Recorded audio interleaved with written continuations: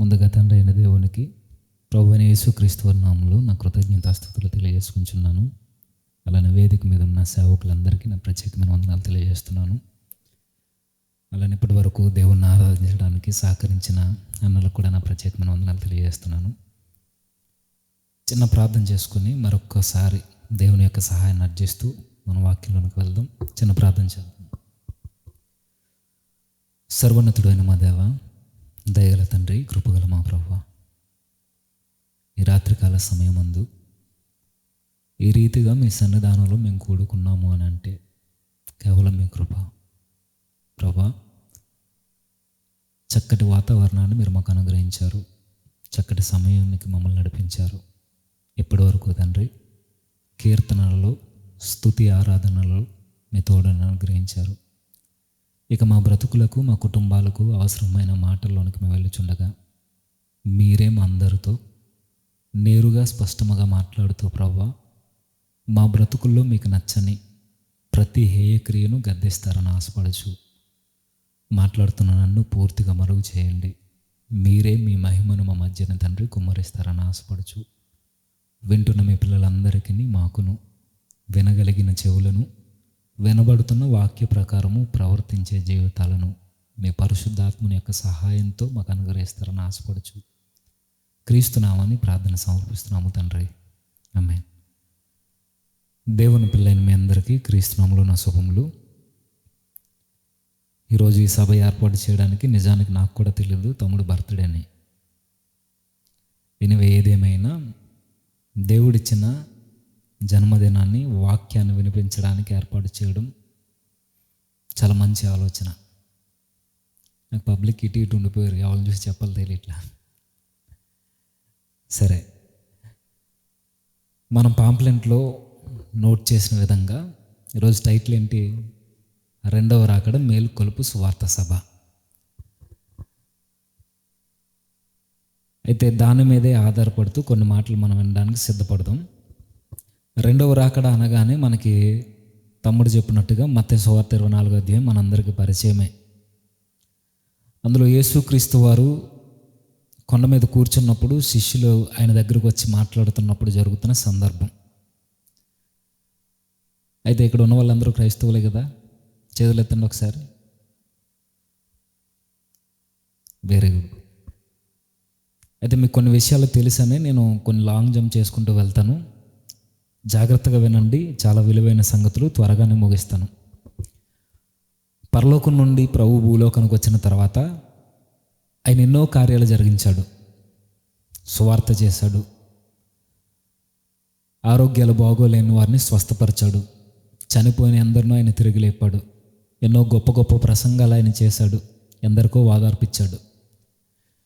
ఇలాంటి సువార్త ప్రయాణంలో ఆయన ఒకరోజు ఒలీవల కొండ మీదకి వచ్చి ఆయన కూర్చున్నప్పుడు ఆయన చుట్టూ ఆనుకుని ఉన్న కొంతమంది శిష్యులు ఉన్నారు. ఎవరు? 12 మంది శిష్యులు.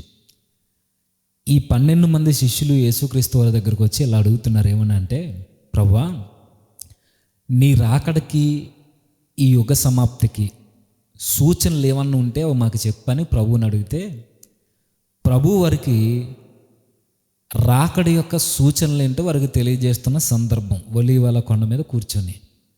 అర్థమవుతున్నాయి కదా ఆ మాటలు? సందర్భంలోకి వెళ్దాం ఒకసారి. మత్తయి సువార్త 24వ అధ్యాయం.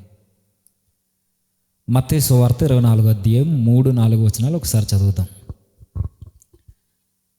ఆయన ఒలీవల కొండ మీద కూర్చుండి ఉన్నప్పుడు శిష్యులు ఆయన యొద్దకు ఏకాంతంగా కూడి వచ్చి, ఇవి ఎప్పుడు జరుగును? నీ రాకడకును ఈ యుగ సమాప్తికిని సూచనలేవి మాతో చెప్పుమనగా, యేసుక్రీస్తు వారు శిష్యులతో ఇలా మాట్లాడుతున్నాడు. ఏమని? ఎవడునూ మిమ్మల్ని మోసపరచకుండా చూచుకొనుడి. అనేకులు నా పేరట వచ్చి నేనే క్రీస్తునని చెప్పి పలువురిని మోసపరచెదరు. మరియు మీరు యుద్ధముల గూర్చియు యుద్ధ సమాచారముల గూర్చియు వినుదురు. మీరు కలవరపడకుండా చూచుకొనుడి. ఇవి జరగవలసి ఉన్నవి కానీ అంతము వెంటనే రాదు. జనము మీదకి జనము, రాజ్యం మీదకి రాజ్యము లేచును. అక్కడక్కడ కరువులు, భూకంపములు కలుగును. ఇవన్నీ వేదనలకు ప్రారంభము. అప్పుడు జనులు మిమ్మల్ని శ్రమపాలు చేసి చంపెదరు. ఇప్పుడు యేసుక్రీస్తు వారు చెబుతున్న ఈ గుర్తులు దేనికి? యేసుక్రీస్తు వారు మరలా ఈ భూమి మీదకి వచ్చే సమయానికి లేదా రెండవ రాకడ కొరకు ఆయన చెబుతున్న సందర్భం. అయితే పరలోకం నుండి ఆయన రెండవసారి ఈ లోకానికి వచ్చే సమయానికి ఎలా ఉంటాయి అని అంటే మనందరికీ తెలిసిన మాటలే. ఏముంటాయట? యుద్ధాలు జరుగుతాయట, నెక్స్ట్ భూకంపాలు వస్తాయట, నెక్స్ట్ జనము మీదకి జనము లేస్తారట, రాజ్యం మీదకి రాజ్యం తిరగబడుతుందట, ఇంకా అనేకులు నేనే క్రీస్తునని చెప్పి ఏర్పరచబడిన వారిని సైతం మోసం చేస్తారట. వీటన్నిటికన్నా బలమైనది ఆయన స్టార్ట్ చేస్తూ చెప్పిన మాట ఏంటంటే, యేసు వారితో ఇట్లా, నేను ఎవడును మిమ్మును మోసపరచకుండా చూచుకొనుడి, అనేకులు నా పేరట వచ్చి నేనే క్రీస్తునని చెప్పి పలువురిని మోసం చేస్తారు. అంటే యేసుక్రీస్తు వారిని శిష్యులు అడిగితే నువ్వు వచ్చే సమయానికి లేదా నువ్వు వస్తావు అనడానికి గుర్తులు ఏంటి ప్రభు అంటే, మొట్టమొదటిగా ఆయన చెప్పింది మిమ్మల్ని కొంతమంది మోసం చేస్తారు. ఎలా మోసం చేస్తారు ప్రభువా అంటే, అడగక మునిపే ప్రభు చెబుతున్నాడు, నేనే క్రీస్తునని చెబుతారు, నేనే మరలా రాబోయే మెస్సేయనని చెబుతారు. అప్పుడు మీకు అర్థం కావాలి, నా రాకడ సమీపంగా ఉందని మీరు గుర్తించాలి. నిజానికి వెళ్దాం ముందుకి. యేసుక్రీస్తు వారు చెప్పిన సూచనలన్నీ మన కళ్ళ ముందు కనబడుతున్నాయంటే జస్ట్ అవుట్లైన్స్ మనకు తెలుసు. నేనే క్రీస్తునని చెప్పి మోసం చేసే బోధలు ఈరోజు క్రైస్తవ సమాజంలోనికి వచ్చాయా లేదా? వచ్చాయి. మాకు తెలియదు అనకండి. కొంతమంది ఉన్నారు, బ్రెన్హమ్ కావచ్చు, ఇప్పుడున్న బ్రెన్హమ్ అంటే ఇప్పుడు మీకు తెలిసిన వ్యక్తి కాదు, 18వ శతాబ్దంలో వ్యక్తి, ఆయన కావచ్చు. ఇప్పుడు కూడా మధ్యన ఆవిడెవరో మీరు ఫేస్బుక్లో చూసారు లేదో, నేనే క్రీస్తునని చెప్పుకుంటూ ఆవిడ ఏదేదో మాట్లాడుతుంటే ఆవిడ దగ్గరకు వచ్చి అందరూ దీవెనలు తీసుకుంటున్నారు. ఆవిడకి మెంటల్గా అప్సెట్ అయిపోతే ఆవిడ ఏదో మాట్లాడుతుంటే ఈవిడే క్రీస్తు అని చెబుతున్నప్పుడు ఆవిడ దగ్గరికి వెళ్ళేవారు కూడా ఉన్నారు. ఇవే కాదు, చాలా సాక్ష్యాలు ఉన్నాయి, అవన్నీ పక్కన పెడదాం. నేనే క్రీస్తునని చెప్పి మోసపరిచే బోధ ఈరోజు సంఘంలోనికి వచ్చింది. నెక్స్ట్ ఆయన అంటున్నాడు యుద్ధాలు జరుగుతాయి అన్నాడు. జరుగుతున్నాయా లేదా? స్పీడ్గా చెప్పేస్తే స్పీడ్గా వెళ్ళిపోదాం. యుద్ధాలు జరుగుతున్నాయా? రీసెంట్గా మనకి లేదా భారతదేశానికి పాకిస్తాన్కి యుద్ధం జరిగింది. అంతకుముందు రష్యాకి ఉక్రెయిన్కి యుద్ధం జరిగింది. ఈ మధ్య ఎడతెగకుండా యుద్ధం జరుగుతుంది. ఎక్కడో ప్రారంభమైంది ఇజ్రాయేల్కి హమాస్కి. ఇజ్రాయేల్కి హమాస్కి జరిగే యుద్ధం ఇజ్రాయేల్కి గాజాకి మారింది, ఇజ్రాయేల్కి ఇరాన్కి మారింది, ఇజ్రాయేల్కి ఇప్పుడు బ్రిటన్కి మారబోతుంది, ఇజ్రాయేల్కి ఒమెన్కి మారింది, ఇజ్రాయేల్కి రష్యాకి మారబోతుంది, ఇప్పుడు రష్యాకి అమెరికాకి జరగబోతుంది. ఈ సమాచారాలన్నీ వింటున్నప్పుడు ప్రభువు గుర్తు చేస్తున్నాడు ఏమని? నేను సమీపంగానే ఉన్నానని మీరు గుర్తించాలి. నెక్స్ట్ యుద్ధాలు జరగడమే కాదు, భూకంపాలు కలిగితే ఇంచుమించుగా 10-15 సంవత్సరాల్లో రావాల్సిన భూకంపాలు ఏకదాటిగా మొన్నే రీసెంట్గా జపాన్లో ఎన్ని భూకంపాలు వచ్చాయి చూసాం. 100 భూకంపాలు కొద్ది రోజుల్లోనే వచ్చాయి. అంటే అక్కడక్కడ భూకంపాలు, అక్కడక్కడ యుద్ధాలు, అక్కడక్కడ రాజ్యాల మీదకి రాజ్యాలు తిరగబడ్డం, అక్కడక్కడ కరువులు వచ్చాయా? ఎందుకు రాలా? తమ్ముడు చెప్పాడు ఇందాక, కరోనా టైంలో ఎవరెవరి పీరియడ్ ఎలా నడిచిందో మనకు తెలుసు. చాలామందికి తినడానికి కూడా తిండి దొరకలేదు. కరువులను చూసాం, రోగాలను చూసాం, వ్యాధులను చూసాం, వేదనలను చూసాం, శ్రమలను చూసాం, ఇబ్బందులను చూసాం. ఇంకా ఆయన చెబుతూ ఇవన్నీ మీరు చూస్తున్నప్పుడు మీకు ఏంటి అని అంటే, ఇది వేదనలకు ప్రారంభము అని చెబుతూ 9వ వచనంలో, అప్పుడు జనులు మిమ్మును శ్రమల పాలు చేసి చంపెదరు. నిజానికి ఇది కూడా జరుగుతుందంటే ఎందుకు జరగలా? మన కళ్ళ ముందు కనబడే చిన్న సాక్ష్యం మీకు చెప్తాను. ఏంటది? రీసెంట్గా 2-3 సంవత్సరాల క్రితం మణిపూర్ని తగలెట్టేశారు. కారణం కేవలం క్రిస్టియన్స్ అని, కేవలం క్రీస్తుని నమ్ముకున్నందుకు వారిని శ్రమల పాలు చేశారు. అంటే ప్రభు చెప్పిన మాట, ఈ ప్రపంచం ఎలా ఉండబోతుందో చెప్పిన సూచనలు ఖచ్చితంగా మనకు కనబడ్డాయి. అనేకులు అభ్యంతరపడతారన్నారు, అభ్యంతరపడుతున్నారు. అనేకులను అప్పగిస్తానన్నారు, అప్పగించారు. రాజ్యాల మీదకి రాజ్యాలు లేసే శ్రమలను అనుభవిస్తున్నారు. సకల జనముల చేత ద్వేషణకు గురవుతుంది ఈరోజు క్రైస్తవ సమాజం, కాదంటారా? అయితే ఈ ప్రభు చెబుతున్న ఈ మాటలు మీరు అబ్జర్వ్ చేయండి. యుద్ధాలు, రోగాలు, కరువులు, భూకంపాలు, ఈ సూచనలన్నీ ఏం తెలియజేస్తున్నాయి? ప్రకృతిలో ఏం జరగబోతుందో ప్రభు వచ్చే సమయానికి ఈ ప్రపంచం ఎలాంటి పరిస్థితుల్లో ఉంటుందో చెబుతున్నారు ప్రభువులు. అంతేనా? క్షమించండి, యేసుక్రీస్తు వారు. అర్థమవుతుంది నిన్న మాటలు. యేసుక్రీస్తు వారు వచ్చే సమయానికి లేదా రెండవ రాకడికి ఎలాంటి పరిస్థితులు ఉంటాయని అంటే, ప్రపంచంలో లేదా ఈ విశ్వంలో ఈ భూగోళంలో జరిగే ప్రతి పరిస్థితిని ప్రభువు చెబితే అన్నీ మన కళ్ళ ముందు కనబడుతున్నాయి. దీనిని దాటి పౌలు గారు మరింత వివరంగా ఇప్పుడు యుద్ధాల కోసం లేదా భూకంపాల కోసం, రోగాల కోసం, వీటి కోసం మాట్లాడట్లేదు. ఎందుకు అని అంటే ఈ సూచనలన్నీ ఆల్రెడీ ప్రభువారు మనకు చెప్పారు. వీటిని దాటి అసలు యేసుక్రీస్తు వారు వచ్చే సమయానికి మనుషులు ఎలా ఉంటారన్నది పౌలు గారు చెప్పారు. ఒకసారి చూద్దామా? ఇప్పటి వరకు ప్రభువారు చెప్పింది ఏంటి? ప్రపంచంలో ఎలాంటి కార్యాలు జరుగుతాయో ప్రభువు చెప్పాడు. ఈ ప్రపంచంలో నివసిస్తున్న మనుషులు ఎలా ఉంటారో ఇప్పుడు పౌలు గారు చెప్తారు. పౌలు గారి దగ్గరికి వెళ్ళి మన వాక్యంలోకి వెళ్ళిపోదాం డైరెక్ట్గా. ఒకసారి చూద్దాం. తిమోతికి రాసిన 2వ పత్రిక 3వ అధ్యాయం 1వ వచనం. అంత్య దినములలో అపాయకరమైన కాలములు వచ్చునని మీరు తెలుసుకొనెను. జాగ్రత్తగా ఒకసారి మీ దగ్గర వాడుక బైబిల్ ఉంటే, వాడుక బైబిల్ అంటే బైబిల్ యాప్ ఉంటుంది కదా, మీ దగ్గర ఏమన్నా ఉంటే ఒకసారి చదవండి. లేదంటే నేను చదువుతాను. ఉందన్నా ఎవరి దగ్గరైనా? నేను చదవనా? ఎందుకు చదవమంటున్నానంటే ఈ బైబిల్ మనదే. ఏ బైబిల్ ఇది? చెప్పండి. తెలుగు బైబిలే. కాకపోతే విచిత్రం ఏంటంటే ఇది చదివిన అర్థం కాదు. ఎందుకు అర్థం కాదు? ఇందులో ఉన్న భాష మనం మాట్లాడడం ఎప్పుడో మానేసామా? ఇంకా మాట్లాడుతున్నామా? మానేసాం. ఇప్పుడు మనం మాట్లాడే భాష అంతా సంత భాష, అంటే మన వాడుక భాష. ఈ వాడుక భాష ఈ బైబిల్లో ఉండదు. ఎందుకంటే ఈ బైబిల్లో ఉన్న భాషకి కొంచెం గ్రాంధికం మిళితమై ఉంటుంది. కొన్ని సంస్కృత పదాలతో గ్రాంధికం మిళితమై ఉంటుంది. అందుకే కొన్ని పదాలు మనకు వెంటనే అర్థం కాదు ఈ తెలుగు బైబిల్ చదువుతున్నప్పుడు. ఎందుకంటే ఇది ఇంచుమించుగా 17, 18, 19 శతాబ్దాల్లో మాట్లాడిన తెలుగు భాష. ఇప్పుడు ఈ 20వ శతాబ్దంలో ఈ భాష మాట్లాడడం ఇంత స్పష్టంగా. ఇప్పుడు మన భాష అంతా వేరే. అందుకు చదవమంటున్నాను. ఒకసారి చదువుదామా? నేను చదువుతాను. ఎందుకంటే ఒకసారి పై వచనం. ఈ సంగతి తెలుసుకో, చివరి రోజులలో మహా కష్టమైన సమయాలు వస్తాయి. పౌలు గారు ఈ పత్రిక ఎక్కడుండి రాస్తున్నారు అని అంటే చాలా జాగ్రత్తగా మీకు వెళ్ళే కొలది అర్థమవుద్ది. కొంతసేపు అలా వినడానికి ప్రయత్నించండి. ఈ పత్రిక రాస్తున్నది పౌలు గారు.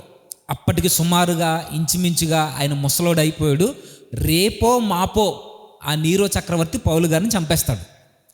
చంపేసే టైంలో జైల్లో ఉన్నప్పుడు ఆ ఖైదీగా ఉన్న పౌలు గారు తిమోతి అనే ఒక యవనస్తుడికి పత్రిక రాస్తున్నాడు. అర్థమవుతుంది కదా?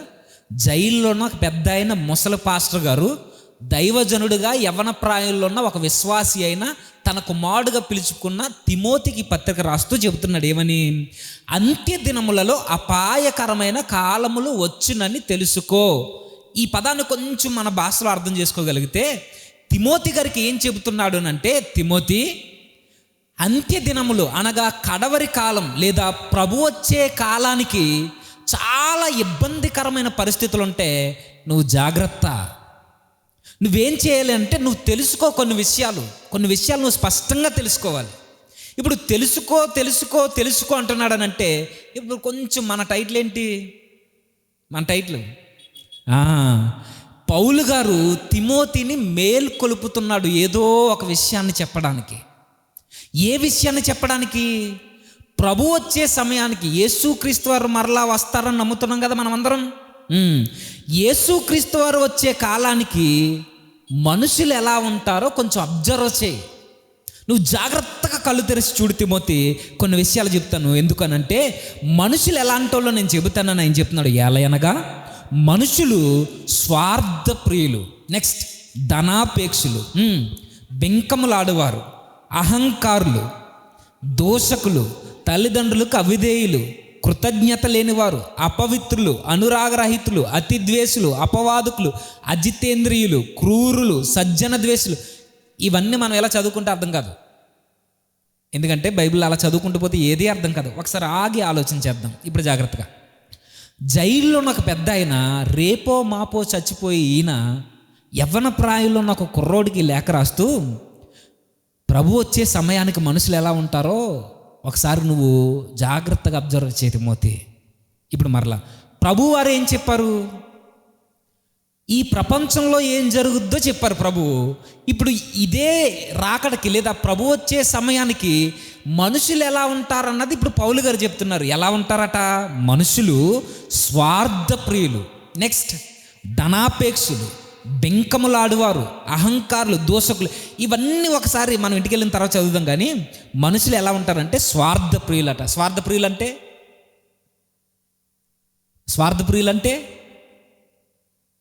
స్వార్థప్రియులు అని అంటే ఇక ఎదుటోడు గొడవ మనకి ఏమి ఉండదు. ఎందుకు చెప్తానో మీకు బాగా అర్థమవుద్ది, కొంతసేపు అలా వినండి. స్వార్థప్రియులు అని అంటే ఇక నా సొంతం, నేను నేను నేను నేను మాత్రమే.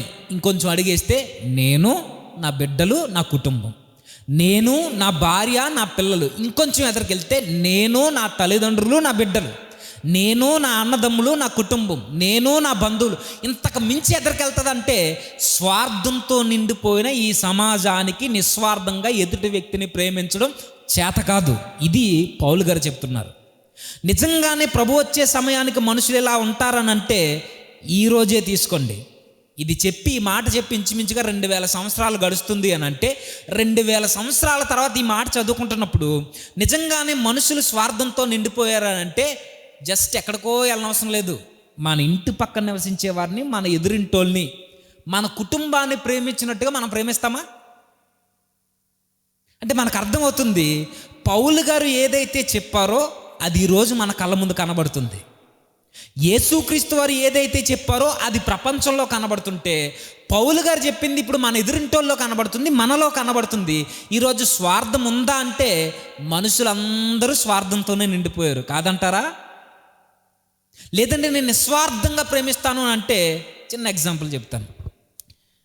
ఇప్పుడు పక్కింటోళ్ళు జీవితంలో ఏం జరుగుతుందో ప్రతి నీచమైన కార్యం మనకు తెలుస్తుందా? తెలీదా? తెలుస్తుంది. చీర ఎక్కడ కొనుక్కున్నారో తెలుస్తుంది, ఫ్రిడ్జ్ ఎలా వచ్చిందో తెలుస్తుంది, బీరు ఎలా వచ్చిందో, టీవీ ఎలా వచ్చిందో, ఇవన్నీ తెలుస్తాయి. నెక్స్ట్ వాళ్ళ ఇంట్లో ఒకవేళ ఆడపిల్ల ఉంటే ఆడపిల్ల ఎవరితో మాట్లాడేస్తుందో కూడా తెలుస్తుంది, ఎవడ బైక్ ఎక్కేస్తుందో తెలుస్తుందా? తెలీదా? తెలుస్తుంది.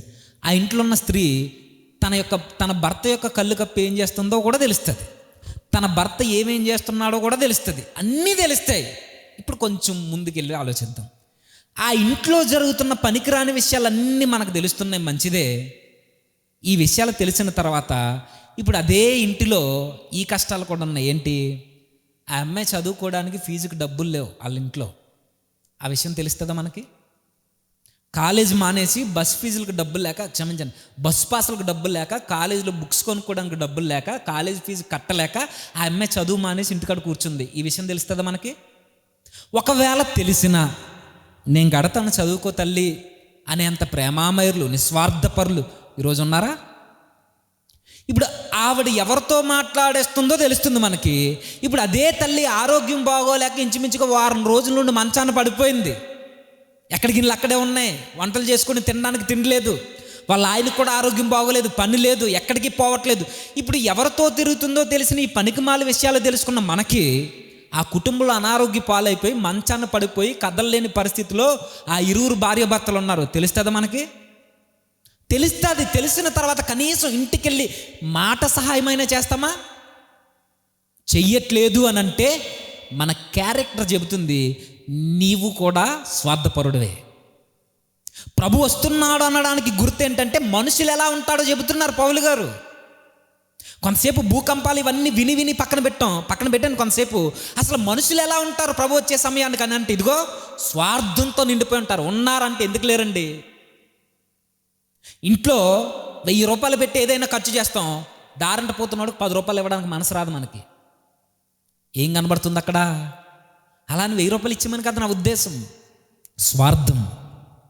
ఎందుకంటే పౌలు గారు చెప్తున్నారు మనుషులు స్వార్థ ప్రియులు, వారిని వారే ప్రేమించుకుంటారు. ఎంత దిగిపోతాడు అని అంటే అన్నీ బాగుంటే నా బంధువులు అంటారు, లేదా నా కుటుంబం అంటారు, ఇంకా దిగిపోతే నా బిడ్డలు, నా భార్య అంటావు. ఇంకా దిగిపోయి ఎంత స్వార్థం అంటే మనిషికి భార్యని పక్కన పెడతావు, పిల్లల పక్కన పెడతావు, ఇప్పుడు నా కాడకు వస్తావు. అంటే మనిషి తనను తాను ప్రేమించుకోవడానికి ఎంతకైనా దిగజారిపోయేంత స్వార్థంతో నిండిపోయలేదు ఈరోజు ప్రపంచం.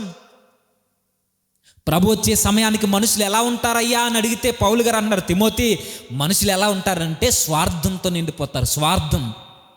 ఎదుటోడు బాధల్లో కలుగు చేసుకోరు, ఎదుటోడు ఇబ్బందుల్లో ఉంటే కనీసం పరామర్శించడానికి వెళ్ళరు.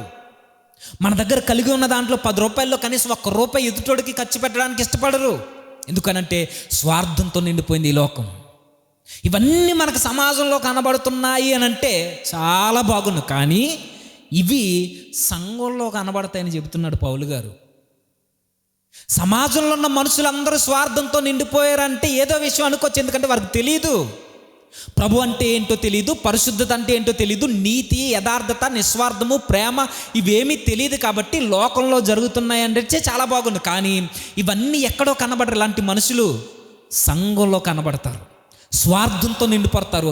ఆ స్వార్థంతో నా నా నా నా వారే, నేనే ఉండాలి, నా తర్వాత నా వారసుడు, నా తర్వాత వారి వారసులు, ఇలాంటి సంఘాలు ఉన్నాయనంటే ఈరోజు క్రైస్తవ్యము, ఇందాక విన్నారు మాటలు, ఈరోజు క్రైస్తవ సంఘాలు అనడానికి సరిపోం, కానీ అనాల్సిన సందర్భం. ఎందుకంటే పౌలు గారు చెప్తున్నారు స్వార్థంతో నిండిపోరు. ఎంత స్వార్థం అంటే సంఘంలో పనికొచ్చే యవనస్తుడు ఉంటాడు, కానీ వాడిని నిలబెట్టడానికి ఇష్టపడరు. సంఘంలో నీతి కొరకు, యథార్థత కొరకు, అవసరమైతే ఆకలి దప్పులుండి జీవితాలను కట్టుకునే బిడ్డలు ఉంటారు, వారిని ఎవ్వరు ఎంకరేజ్ చేయరు. ఎందుకు చేయరు? వెనకాల వారసులు ఉన్నారు, స్వార్థం. వెనకాల బంధువులు ఉన్నారు, స్వార్థం. వెనకాల వాళ్ళ బావగారు తమ్ముడు ఉన్నాడు, స్వార్థం. వెనకాల అంటే ఇవన్నీ ఎందుకు కనబడతాయనంటే ఆయనే చెప్తున్నాడు, మనిషి అంటేనే స్వార్థపరుడు. అది బయటోడు కాదు, సంఘంలో ఉన్న వాడికి ఉంటుంది. ఇది మనకు కనబడితే, స్వార్థంతో నిండిపోయిన సమాజం మన కళ్ళ ముందు కనబడుతున్నప్పుడు నీకు అర్థం కావాలి, ప్రభు వస్తున్నాడు, నిస్వార్థంగా మనం బ్రతకాలని. చెబుతున్న వ్యక్తి చిన్నోడు కాదు, ఎవరు? పౌలు గారు. నిజానికి ఈ పౌలు గారు రాసిన పత్రికలు బైబిల్లో లేకపోతే ఆది సంఘ చరిత్రను ఎలా అర్థం చేసుకోవాలో తెలియదు మనకి. ఆ పత్రికలే లేకపోతే, ఒకవేళ పౌలు గారే, ఈ మాట అనకూడదు, పౌలు గారే ఒకవేళ ప్రభువు ఎన్నుకున్న విశ్వాసుల్లో లేకపోతే, పౌలు గారు అనే ఒక పాత్ర లేకపోతే సంఘ చరిత్రను ఎలా అర్థం చేసుకోవాలో తెలీదు. ఈయన ప్రతి విషయాన్ని మాట్లాడాడు. యవనస్తులు ఎలా ఉండాలో చెప్తాడు, స్త్రీలు ఎలా ఉండాలో చెప్తాడు, పెద్దోళ్ళు ఎలా ఉండాలో చెప్తాడు, పాస్టర్లు ఎలా ఉండాలో చెప్తాడు, కుటుంబాలకి ఎలా ఉండాలో చెప్తాడు, రాజకీయవేత్తలు ఎలా ఉండాలో చెప్తాడు, చిన్నపిల్లలు ఎలా ఉండాలో చెబుతాడు, అందరి కొరకు చెప్తాడు. అన్ని సెక్టార్లో ఉన్న వ్యక్తుల కొరకు చెప్పిన ఈయన అసలు మనిషి అంటే స్వార్థంతో నిండిపోయి ఉంటాడు ప్రభు వచ్చే సమయానికి. అదే అంటున్నాడు, అంత్య దినములలో మనుషులు ఎలా ఉంటారు అంటే స్వార్థంతో నిండిపోతారు. నెక్స్ట్, ధనాపేక్ష. దీని కొరకు చెప్పనవసరం లేదు. ఇక ధనాపేక్ష, ధనం కొరకు ఆ తోహత, వారి యొక్క ఆలోచన ఇంకా చావదిక. 1,00,000 ఉంటే 1,00,000 చాలదు, 1,00,000 2 చేయాలి, 2 ఉంటే 2 చాలదు, 2ని 10 చేయాలి, 10 కాస్త కోట్లు అవ్వాలి, కోట్లు ఉంటే సరిపోద్దంటే సరిపోదు. ధనాపేక్ష. ఈ ధనాపేక్ష కొరకే ఈరోజు క్రైస్తవ్యాన్ని అమ్మేసిన కొంతమంది బోధకులు ఉన్నారు, తెలుసా? క్రైస్తవ్యాన్ని అమ్మేసిన పెద్దలు ఉన్నారు, బోధకులు ఉన్నారు, విశ్వాసులు ఉన్నారు, కేవలం ధనం కొరకు. ఒకరోజు బైబిల్ పట్టుకుని ప్రభు కొరకు బ్రతికేవారు, ఈరోజు బ్రతకడానికి బైబిల్ పట్టుకుంటున్నారు, తెలుసా? ఒకరోజు స్వార్థ వ్యాప్తి కొరకు సువార్త చేసేవారు, ఈరోజు వారి రాజ్యాలని కట్టుకోవడానికి సువార్త అనే పదం అడ్డు పెట్టుకుని ఈరోజు బైబిల్ పట్టుకుంటున్నారు. ఒకరోజు బ్రతకడం కోసం బైబిల్ పట్టేవారు, ఈరోజు కేవలం భౌతికంగా బ్రతకడానికే బైబిల్ అయిపోయింది. ఈరోజు స్వార్థము, ధనాపేక్ష. నెక్స్ట్, బెంకములాడేవారు. బెంకములాడడం అంటే ఏంటి? అర్థం కాలేదా? ఇప్పుడు రండి అక్కడికి. అదే మన వాడుక భాష బైబిల్లోకి. బెంకములాడడం అంటే, ఈ మాట కూడా అర్థం కావట్లేదేమో, ఇంకో పదం చెప్పనా? బెంకములాడేవారు అంటే ఇదే పదం ఇంకో వాడుక భాష బైబిల్ మీ దగ్గర లేనట్టుంది, నేను చదువుతాను చూడండి. ఏమన్నా ఉంటుందంటే, ప్రజలు స్వార్థపరులుగా, ధనాన్ని ప్రేమించేవారుగా, గొప్పలు చెప్పుకునేవారు. బెంకంలాడేవారు అంటే ఎవరు? గొప్పలు చెప్పుకునేవారు ఉన్నారా లేదా? ఎందుకు లేరు? నేను బయట వాళ్ళ కోసం మాట్లాడట్లేదు, మీరు క్రైస్తవులని చేతులు ఎత్తారు కాబట్టి మీకోసం నేను మాట్లాడుతున్నాను. గొప్పలు చెప్పుకునేవారు ఉంటారంటే, బయట వాళ్ళు చెప్పుకున్నారంటే ఏదో అనుకోవచ్చు. ఈరోజు నేను కానుక 1000 రూపాయలు ఇచ్చాను, అయితే చదవాలి ఇప్పుడు పాస్టర్ గారు. నేను 10,000 ఇచ్చాను, మరి ఏం చేయాలి? ఎవరికి ఇచ్చావు? పాస్టర్ గారికి ఇచ్చావా? నువ్వు ఇచ్చింది దేవునికి అయినప్పుడు పాస్టర్ గారి దగ్గర నుండి పొగడతలు కోరుకుని నేను ఎంత చేశానని, ఇప్పుడు తమ్ముడు మీటింగ్ పెట్టించి నేను ఇన్ని మీటింగ్లు చేశానని డబ్బా కొట్టుకున్నాడు అనుకోండి, ఏముండదు, అయిపోయింది ఇంక అక్కడతో. ఈరోజు బింకములు ఆడేవారు ఉన్నారంటే ఎందుకు లేరు? గొప్పలు చెప్పుకునేవారు ఉన్నారనంటే ఇప్పుడు రాజకీయాల్లో గొప్పలు చెప్పుకుంటారు పులిహార ప్యాకెట్లు పంచిపెట్టి. ఎందుకంటే వారు చెప్పుకోవాలి నెక్స్ట్ టైం ఓట్లకు రావాలని. అంటే ఇప్పుడు మనం సంఘంలోనికి వచ్చిన తర్వాత కూడా ఫ్యాన్ కోసం 10 సార్లు చెప్తున్నామంటే ఏమనాలి? మైక్ కొంటే 10 సార్లు చెప్పాలి, ఫ్యాన్ కొంటే చెప్పాలి, కుర్చీలు కొంటే పేర్లు రాసేయాలి, దాని మీద వెనకాల ఉంటాయి కదా ట్యాగులు, కూర్చుంటే కుర్చీ ఎవరు కొన్నారో వెనకాలోడు చూడాలి పలానా అని. ఇలాంటి గొప్పలు చెప్పుకునేవారు ఎక్కడ ఉంటారంటే బింకములు ఆడేవారు, బడాయి కోర్లట, ఉన్నవి లేనట్టుగా లేనివి ఉన్నట్టుగా, చేసింది ఎంత అయితే ఇంత చెప్పుకునేవారు ఉంటారు. ఎందుకు లేరు? ఇప్పుడు అప్పుడప్పుడు మనం రీల్స్ చూస్తున్నప్పుడు అరటిపండు పంచిపెట్టి 10 ఫోటోలు తీసి పబ్లిక్లో పెట్టేవారు లేరు?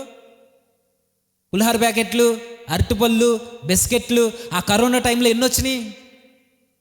నేను బయట వాళ్ళ కోసం మాట్లాడతలేదు, వారికి తెలియకపోవచ్చు. కానీ పౌలు గారు చెబుతున్నది బయట వాళ్ళ కోసం కాదు. మీరు అనొచ్చు బయట వాళ్ళ కోసం కాదని మీరు ఎలా చెప్పగలరు అని అంటే 5వ వచనం అది అయినా అన్నాడు ఆయన, పైకి భక్తి గలవారై ఉండియు దాని శక్తిని ఆశ్రయించారు. ఎవరు భక్తి గలవారై ఉంటారు? ఎక్కడ భక్తి గలవారై ఉంటారు? సంఘంలో ఉన్న విశ్వాసులు, సంఘంలో ఉన్న పెద్దలు, సంఘంలో ఉన్న యవనస్తులు, సంఘంలో ఉన్న దైవజనులు, ఎవరైనా సంఘం నుండి పైకి భక్తి గలవారై ఉండి తన శక్తిని ఆశ్రయించిన వారు ఇదిగో ప్రభు వచ్చే కాలానికి ఇలా ఉంటారట, స్వార్థప్రియులుగా ధనాశతో నిండిపోయి. నెక్స్ట్ ఆయన చెప్తున్నాడు ఏమని? బింకంలాడు గొప్పలు చెప్పుకునేవారట. ఇంత చేసి ఇంత చెప్పుకునేవారు ఉన్నారంటే ఈరోజు మన కళ్ళ ముందు అక్కడక్కడ కనబడతారు. అప్పుడు నీకు అర్థమైపోవాలి ఏమని? ప్రభు వచ్చేస్తున్నాడు, ప్రభు సమీపాన్నే ఉన్నాడు, ప్రభు వస్తున్నాడు, ప్రభు వచ్చే సమయానికి ఇదిగో నా జీవితాన్ని సిద్ధపరచుకోవాలి. అలానే ఇప్పుడు చెబుతున్న ఈ లక్షణాలు ఏవైతే ఉన్నావో ఇవన్నీ ఒకే వ్యక్తిలో కనబడవు. ఒకే వ్యక్తిలో అన్ని లక్షణాలు ఉండవు. ఎలా అంటే ఇప్పుడు మనందరికీ ఒకే బలహీనత ఉంటుందా? అందరికీ సిగరెట్లు అంటే ఇష్టం ఉంటుందా? ఉండదు. అందరికీ మందు అంటే ఇష్టం ఉంటుందా? ఉండదు. అందరికీ ధనం అంటే ఇష్టం ఉంటుందా? ఉండదు. అందరికీ స్త్రీల వ్యామోహం ఉంటుందా? ఉండదు. ఒక్కొక్కరికి ఒక్కొక్క బలహీనత ఎలా అయితే ఉందో సేమ్ ఈ లక్షణాలు కూడా, ఈ లక్షణాలన్నీ ఒకరిలోనే కనబడవు, ఒక్కొక్కరిలో ఒక్కో లక్షణం కనబడుద్ది. ఈ ఒక్కొక్క లక్షణం ఒక్కొక్కరిలో మనం చూస్తున్నప్పుడు మనకు అర్థమైపోవాలి, నేను ఇలా ఉండకూడదు. దేవుడు నీకు వారిని తారసపడేలా చేస్తున్నాడు, నీకు ఎదురైపోయేలా చేస్తున్నాడు అని అంటే ఈ మనిషి ఇలా ఉన్నాడని నీకు తెలుస్తుంది అని అంటే దేవుడే తెలియజేస్తున్నాడు, నువ్వు అలా ఉండడానికి వీల్లేదు. సంఘానికి వెళుతున్న మనం ఎదుటి వారిని చూస్తున్నప్పుడు నువ్వు అలా ఉండడానికి వీల్లేదు. ఇంకో స్వార్థపరుడు నువ్వు చూస్తున్నావా? నీలో స్వార్థం లేకుండా ఉండాలి, నిస్వార్థమైన భక్తి నువ్వు కనపరచాలి. ధనం కొరకే సేవ చేస్తున్నారా? ఒకవేళ రేపు పొద్దున్న నువ్వు బోధకుడు అయితే వారిని చూస్తున్న నువ్వు దేవుడు నీకు ముందుగానే తెలియజేస్తున్నాడు, పడిపోయాడైనా ధనానికి పడిపోయాడు, నువ్వు జాగ్రత్తగా ఉండు. ఒకవేళ డబ్బాలు కొట్టుకునేవారు నీ కళ్ళ ముందు కనబడుతున్నారా? బడాయి కోర్లు, తెలుగులో ఉన్న మాట. గొప్పలు చెప్పుకునేవారు నీ కళ్ళ ముందు కనబడుతున్నారు అనుకో, నువ్వు సరి చేసుకోవాలి వెంటనే. ప్రభు వస్తున్నాడు. మనుషులు ఎలా ఉంటాడో పౌలు చెప్పాడు, చెప్పినట్టుగానే నా కళ్ళ ముందు కనబడుతుంది క్యారెక్టర్, నేను అలా ఉండకూడదని సిద్ధపడాలి. ఇంకేమంటున్నాడు ఆయన? అహంకారులు అంటే చెప్పండి, మీకు తెలిసిన మాటలే, తెలియని ఏం కాదు. ప్రతి పదాన్ని వివరించడం వెళ్ళిపోతాం ఇంక త్వరగానే. అహంకారులు ఇంక ఎవరిని పడితే వారిని ఎదిరిస్తారు. ఇక వారి కళ్ళు ఇక్కడే ఉంటే కానీ పైనుంచి చూస్తారు. వాళ్ళు ఎంత అహంతో నిండిపోతారు అంటే, క్షమించండి, క్రైస్తవ్యంలోనికి వచ్చినప్పుడు బాగానే ఉంటారు, కొంచెం సీనియారిటీ వస్తుంది. బాప్తిస్మం తీసుకున్న తొలి దినాల్లో బాగానే ఉంటారు, కొంచెం సీనియారిటీ వచ్చిన తర్వాత ఎంత అహం అంటే కొత్తగా వచ్చిన వాళ్ళు పైనుంచి కిందకు చూస్తాం మనం, ఏమన్నా చిన్న తప్పులు చేస్తే. వీరినే బైబిల్ అంటుంది, పౌలు గారు అన్నారు, అహంకారులు నువ్వు చూస్తున్నప్పుడు నీకు జాగ్రత్త, నువ్వు వారి వల్ల ఉండడానికి వీల్లేదు. ఇవన్నీ ఎప్పుడు జరుగుతాయని చెప్తున్నాడు మొదటి వచనంలో? అంత్య దినాల్లో మనుషులు ఎలా ఉంటారు అని అంటే, తిమోతి నువ్వు జాగ్రత్తగా మేల్కొని చూడాలి, తెలుసుకొని నువ్వు మనుషులు ఎలా ఉంటారో. ఒక విశ్వాసికి, ఒక యవనస్తుడికి చెబుతున్నాడు, మనుషులు ఇదిగో అహంతో నిండిపోతారు, గర్వంతో నిండిపోతారు. ఇక వారి మనుషుల్ని ఇక పైకి కిందకి తోలనాడి చూస్తారు. వారి స్థాయి పెరిగిన తర్వాత వారికి గర్వం పెరిగిపోద్ది. నిజమే కదా? ఏమీ లేనప్పుడు ఒకలా మాట్లాడతాం, 4 రూపాయలు మన వెనకాల ఉంటే మరోలా మాట్లాడతాం. మన వెనకాల ఎవ్వరు లేకపోతే మన మాట తీరు ఒకలా ఉంటుంది, మన వెనకాల మంది బలగం ఉంటే మన మాట తీరు మారిపోద్ది. ఇది పాట ఉంది కదా, స్టైల్ మారింది అన్నట్టు, నిజంగానే మారిపోద్ది. వచ్చినప్పుడు బాగానే ఉంటాం, కొంచెం ఆ కలిమి మనకి కలిగేసరికి కొంచెం లేమిలో నుండి ఇక తినడానికి తిండి లేని మన జీవితాలకి 3 పూట్ల 4 వేలు లోపలికి వెళ్తున్నాయి అనుకోండి, ఇక మాట మారిపోద్ది, మనకి మన చూపులు మారిపోతాయి, మాట మారిపోద్ది, నడక మారిపోద్ది, అన్నీ మారిపోతాయి. వీళ్ళన్నది బైబిల్, అహంకారులు నీకు కనబడితే తిమోతి నీకు అర్థం అవ్వాలి ప్రభు వచ్చేస్తున్నాడని. ఈరోజు తిమోతికి కథ చెబుతుంది పౌలు గారు. ఈరోజు సంఘానికి, విశ్వాసులకి ఇక అహంకారులు కనబడితే, మనుషుల్ని తోలనాడి మాట్లాడేవారు కనబడితే, మనుషుల్ని చిన్న చూపు చూసేవారు నీకు కనబడితే, ఎగతాళి చేస్తూ, అపహాస్యం చేస్తూ, హేళన చేస్తూ మాట్లాడేవారు నీ కళ్ళ ముందు కనబడితే తిమోతి జాగ్రత్త, నువ్వు అలా ఉండడానికి వీల్లేదు. నెక్స్ట్, దూషకులు. ఏం దూషకులు? దూషిస్తారట, దూషించేవారుగా ఉంటారట. ఏం దూషిస్తారు? ఎలా దూషిస్తారు? మనకు తెలుసు. వెనకాల మాట్లాడుకుంటారు, వీళ్ళు సనుక్కునేవారు ఉంటారు కదా, ఏం చేస్తారు? వెనకాల మాట్లాడతారు వీళ్ళు. ఇవన్నీ మనకు తెలిసిన పదాలే. కానీ పౌలు గారు చెప్తున్నారు, ఇవన్నీ ప్రభు వచ్చే కాలానికి మనుషుల్లో కనబడతాయి. మనుషుల్ని దూషిస్తారు, ఇష్టం వచ్చినట్టు మాట్లాడతారు వాళ్ళు. దూషకులు, తల్లిదండ్రులకు అవిధేయులు. ఈరోజు ఉన్నారా లేదండి? తల్లిదండ్రులకు అవిధేయులు అని అంటే ఈరోజు కనీసం తల్లిదండ్రులు గౌరవించేవారే లేరు సమాజంలో. ఉన్నారా?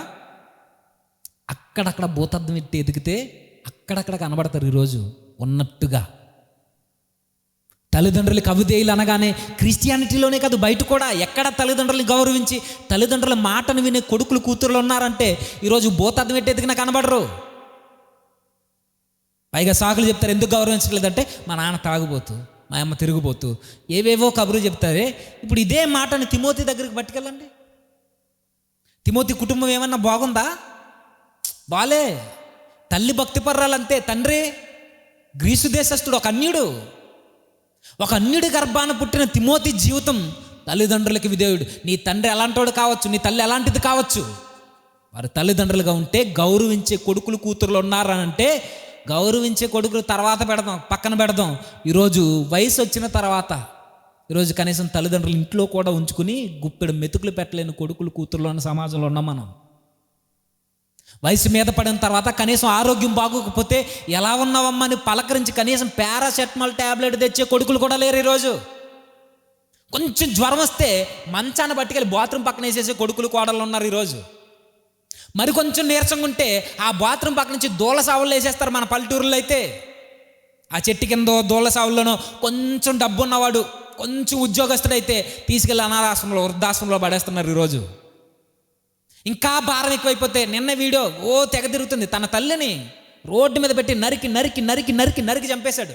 ఏమైంది నాకు తెలియదు, తన తల్లిని నాకు ఈరోజు మార్నింగ్ తెలిసింది. మరి తల్లో కాదో నాకు తెలియదు, నేను అది చూసి చెప్తున్నా. ఇటు తల్లి కూడా భారం అయిపోద్ది అంటే పౌలు గారు చెప్పిన మాట వాస్తవం. అది ప్రభు వచ్చే సమయానికి తల్లిదండ్రులకు అవిధేయులే కాదు, తల్లిదండ్రులని చంపే కొడుకులు, కూతుర్లు కూడా బయలుదేరతారు. ఎవరు నమ్మడానికి లేదు. ఈరోజు గుండెల మీదకి ఎక్కించుకుని పెంచితే ఆ తల్లిదండ్రులు భారం అయిపోయి, తల్లిదండ్రులు తన్ని వెళ్ళిపోయి కూతురు లేరు, గాలి గొట్టంగాల్ని ప్రేమించి లవ్ అని చెప్పి ఈరోజు ఏదేదో చెప్తూ ఈరోజు కనీసం తల్లిదండ్రుల మాట వినేవారు లేరు. వినేవారు, చెవిని పెట్టేవారు, పాటించడం తర్వాత సంగతి. కనీసం ఏం చెప్తున్నారు వింటారా? వినరు. మళ్ళీ వారికి ఏం తెలియదని మనం ఒక ట్యాగ్లైన్ వేస్తాం వారికి. తల్లిదండ్రులకు అవిధేయులు. నిజానికి ఈ అవిధేయులు ఒకవేళ బయట ఉంటే బాగున్నేమో, ఈరోజు సంఘంలోనూ కూడా వచ్చారు అటు ఇలాంటి వాళ్ళు. ఇక్కడికి వచ్చి పాటలు పాడి, ఇక్కడికి వచ్చి ప్రసంగాలు చేసి, ఇక్కడికి వచ్చి అన్నీ చేసి, ఇక్కడి నుంచి ఇంటికి వెళ్ళిపోయిన తర్వాత బైబిల్ పదే పదే చెప్పింది, నీ తల్లిదండ్రుల్ని సన్మానించు, నీ తల్లిదండ్రుల్ని గౌరవించు, నీ తల్లిదండ్రుల మాట వినని పదే పదే వాక్యం నీతో మాట్లాడుతున్నా. ఇంటికి వెళ్ళేసరికి తండ్రుల్ని రాని పిలిచే కొడుకులు ఉన్నారు తెలుసా ఈరోజు. తల్లుల్ని పిలవకూడని పేర్లు పెట్టి పిలిచేవారు ఉన్నారు కూతురు తెలుసా. కనీసం ఎలా గౌరవించాలో తెలియని పరిస్థితి ఈరోజు క్రైస్తవ సంఘాల్లోనే యవనస్తుల బ్రతుకుల్లోనికి వచ్చింది. అవిధేయత వస్తుంది. ఎప్పుడు ప్రభు వచ్చే సమయానికి ఈ లక్షణాలు కనబడతాయి మనుషుల్లో. మరి సంఘానికి వస్తున్న మనం, నీకు అర్థం కావాలి, తల్లిదండ్రుల్ని గౌరవించని జీవితాలు నీ కళ్ళ ముందు తారసపడుతుంటే నీకు అర్థం అవ్వాలి, దేవుడు వస్తున్నాడు, ఆ ప్రభువు నన్ను తీసుకువెళ్ళడానికి వస్తున్నాడు, నేను ఎలా ఉండడానికి వీల్లేదని. తిమోతి కదే చెప్తున్నాడు, తిమోతి జాగ్రత్త, అంత్య దినాల్లో ఇంక ఇలాంటి వాళ్ళందరినీ కనబడతారు. అనురాగరహితులు, కృతజ్ఞత లేనివారు, అపవిత్రులు, అనురాగరహితులు. అపవిత్రులు అంటే ఇంక వారి జీవితంలో ఇంకా పరిశుద్ధత కూడా స్థానం ఎవరు. అపవిత్రులు అంటే ఎవరో అనుకోకండి. అపవిత్రులు ఎక్కడో ఉండరు, సంఘంలోనే ఉంటారు. వీళ్ళు ఎలా ఉంటారు చెప్పనా? అపవిత్రులు అంటే వీళ్ళు ఎలా ఉంటారు అంటే, ఇక్కడికి వచ్చిన తర్వాత ఒక ముసుగు ఉంటుంది, ఇంటికి వెళ్ళిన తర్వాత వేరే ముసుగు వస్తుంది. ఇంటికి వెళ్ళిన తర్వాత వేరే ముసుగు వచ్చిన ముసుగు పోనీ బయట ఉంటుందంటే, ఈ ఇంటి దగ్గర ఉన్న ముసుగు కూడా మొత్తం ఉండదు. పని దగ్గరికి వెళ్ళిన తర్వాత ఇంకో ముసుగు వస్తుంది. ముసుగు అనగానే మీరు వేసుకున్న ముసుగులు కాదు, అది ఒక వేషధారణ ముసుగు. సంఘంలో ఉంటుంది పరిశుద్ధత, ఇంటికి వెళ్ళక ఉంటుందా పరిశుద్ధత? ఇంట్లో ఉంటుంది పరిశుద్ధత, పని దగ్గర ఉంటుందా పరిశుద్ధత? పనిలో ఉంటుంది పరిశుద్ధత, నీ కాలేజ్ స్టూడెంట్స్ మధ్య ఉంటుందా పరిశుద్ధత? అంటే ఏ ఎండక ఆ గొడుగు పట్టే స్థితినే అపవిత్రత, పరిశుద్ధతను కోల్పోయే స్థితి. పరిశుద్ధతను ఎలా కాపాడుకోవాలో తెలియని దిగజారిపోయిన దౌర్భాగ్యమైన స్థితిలోకి వెళ్ళిపోతారట ఎవరు? సంఘస్థులు. ఎప్పుడు? ప్రభు వచ్చే సమయానికి. మీలో ఉన్నారని చెప్పట్లేదు, ఇలాంటి వాళ్ళు మనకు ఎదురు పడుతుంటే మనం ఒక నిర్ణయం తీసుకోలేవని, నేను ఇలా ఉండడానికి వీల్లేదు, ఇలా ఉండడానికి వీల్లేదు అని చెబుతూ అనురాగరహితులు. అనురాగరహితులు అంటే చెప్పండి తెలుగులో, మన భాషలో. అనురాగరహితులు అంటే చదవను ఒకసారి. దూషించేవారుగా, తల్లిదండ్రులకు అవిధేయులుగా, కృతజ్ఞత లేని వారిగా, అపవిత్రులుగా, ప్రేమ లేని వారిగా, క్షమించలేని వారిగా, అపనిందలు వేసేవారిగా. అంటే అనురాగరహితులు అంటే ఎవరు చెప్పండి, చదవను కదా. అనురాగరహితులు అంటే ప్రేమ లేనోళ్ళు. తిరిగి ప్రేమ లేని వాళ్ళు అనగానే మళ్ళీ మేము అందరినీ ప్రేమిస్తున్నాం కదండి. ఇప్పుడు తమ్ముడు ఏదో చెప్పాడు, చాలా బాధ ఉండిపోయింది గుండెల్లో తమ్ముడికి. నాకు అర్థమైంది తన మాటల్లో. ప్రేమ నెలలో అంటే మేము ప్రేమిస్తున్నాం కదండి. ఇలాంటి నీచమైన కార్యాలు సంఘంలో జరుగుతున్నాయి తెలుసా? మరి ఇక్కడ ఉన్నాయో లేదో నాకు తెలియదు, కానీ ఉంటే సరి చేసుకోవాలి. దేవుని సంఘంలోనికి వచ్చిన తర్వాత కూడా ఇక్కడే ప్రేమ వ్యవహారాలు నడిపిస్తున్నావు అని అంటే, దేవుని కన్నులు ఎదుటే నువ్వు కీడు చేయడానికి తెగిస్తున్నావు. దేవుడు అలా చూస్తూ ఊరుకుంటాడు అని అనుకుంటున్నారా? జాగ్రత్త. దేవుడు చూస్తున్న ప్రతి దానికి ఒకరోజు లెక్క అడుగుతాడు. ఆ లెక్కకు తగ్గ సమాధానం మన దగ్గర లేకపోతే ఆ రోజు దేవుడు ఏం చేస్తాడో మనకు తెలుసు. దేవునికి శత్రువు రావడం తప్ప ఇంకేమీ సాధించేది లేదు. నీ భోగమేళాలన్నీ బయట చూసుకుంటావేమో చూసుకో. సంఘంలోనికి వచ్చిన తర్వాత కూడా ఇలాంటి కార్యక్రమాలు చేస్తున్నారు అనుకో, దేవుడు మాత్రం ఏదో ఒక రోజు ఖచ్చితంగా ఆయన చూస్తున్న దానికి తగిన జవాబు ఖచ్చితంగా ఇస్తాడైనా. ఈ పత్రిక రాస్తున్నది కూడా జీవము గల దేవుని సంఘంలో జనులు ఎలాగూ ప్రవర్తించాలో చెప్పడానికి రాస్తున్నాడు ఈ పత్రిక. మొదటి పత్రిక, రెండో పత్రికను. మొదటి పత్రికకి మూలవచనం అదే. మొదటి తిమోతి పత్రిక 3:15 జీవము గల దేవుని సంఘంలో జనులు ఎలా ప్రవర్తించాలి, ఇదిగో ఇలా ఉండకూడదు అని చెబుతున్నాడు ఆయన. స్వార్థప్రియులుగా, ధనాపేక్ష కలిగిన వారుగా, బింకములు గొప్పలు చెప్పుకునేవారుగా, అహంకారులుగా, దోషకులుగా, తల్లిదండ్రులు ఎదిరించేవారుగా, కృతజ్ఞత లేనివారుగా ఇలా ఉండకూడదు జీవము గల సంఘంలో అని చెబుతుంటే, ఈరోజు సంఘంలోనికి వచ్చే ఇలాంటి కార్యాలు కనబడుతుంటే, ఇక మన జీవము గల దేవుని చేతుల్లో పడిన తర్వాత ఆ చేతుల్లో నుండి విడిపించేది ఎవరు?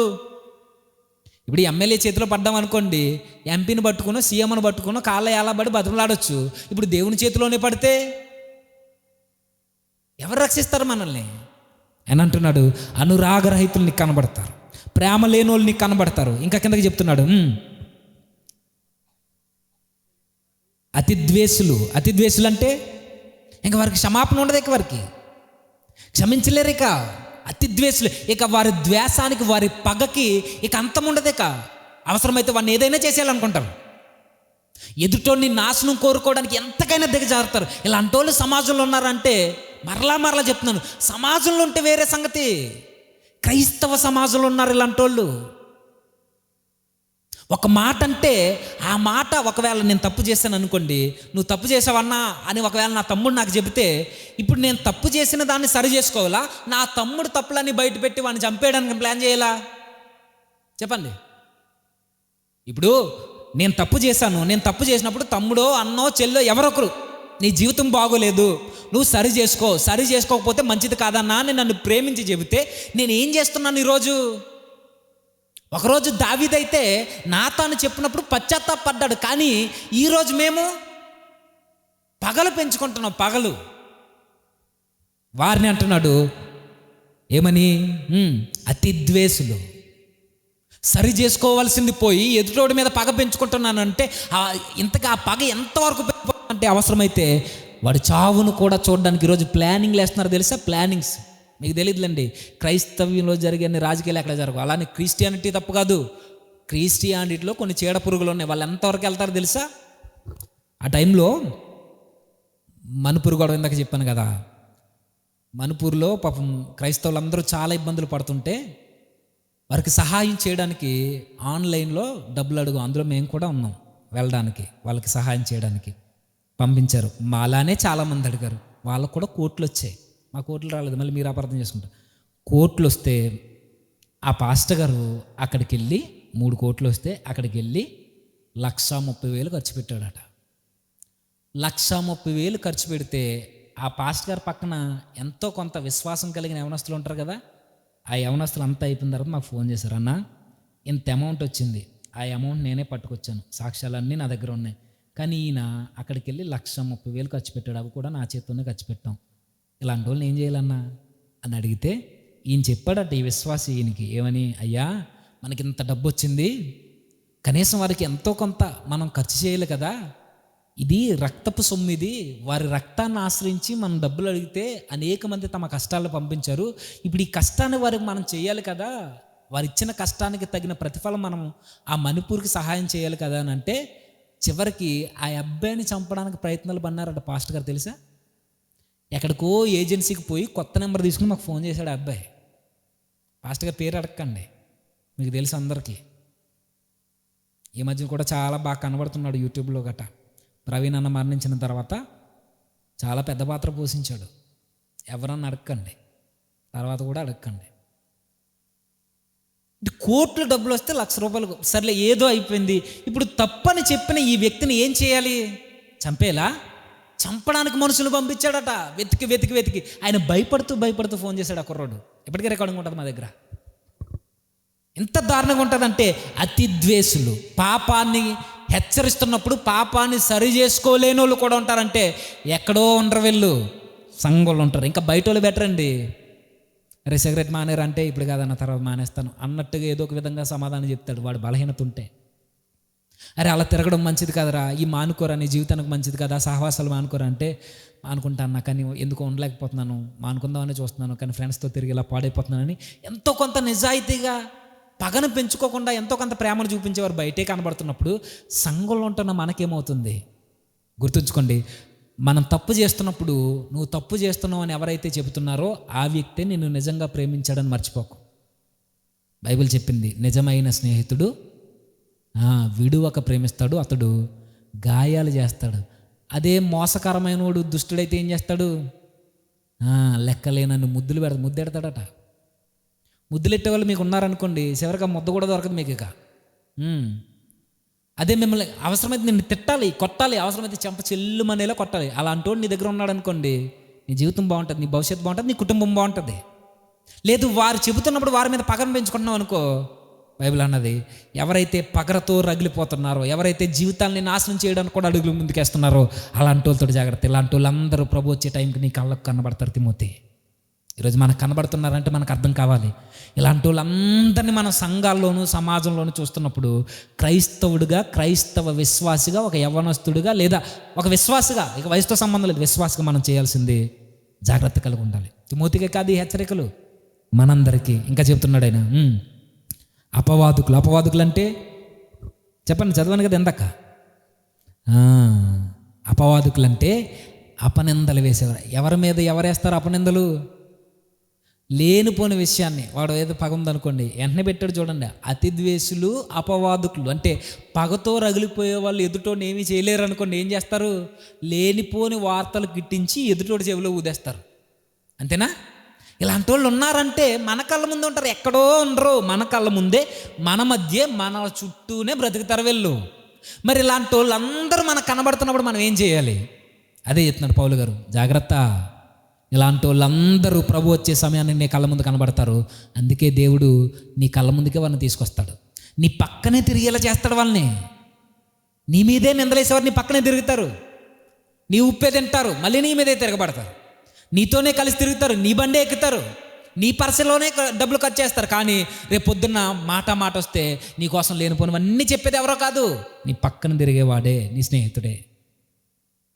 అపవాదుకులు ఉంటారట. అజితేంద్రియులు అంటే ఎందుకు అజితేంద్రియులు అంటే అందుకే అంటున్నాను, ఇది కొంచెం గ్రాంధికులు ఉంటుంది కాబట్టి మనకు అర్థం కావట్లేదు, చదువుకుని పోతాం. అదే కొంచెం మన భాషలో కన్వర్ట్ చేస్తే ఏముంది? అజితేంద్రియులు అంటే స్వీయ నియంత్రణ లేని వాళ్ళు. స్వీయ నియంత్రణ అంటే ఇది కూడా అర్థం కాకపోతే ఇంకా చెప్తా. స్వీయ నియంత్రణ అంటే నన్ను నేను కంట్రోల్ చేసుకోలేకపోవడం.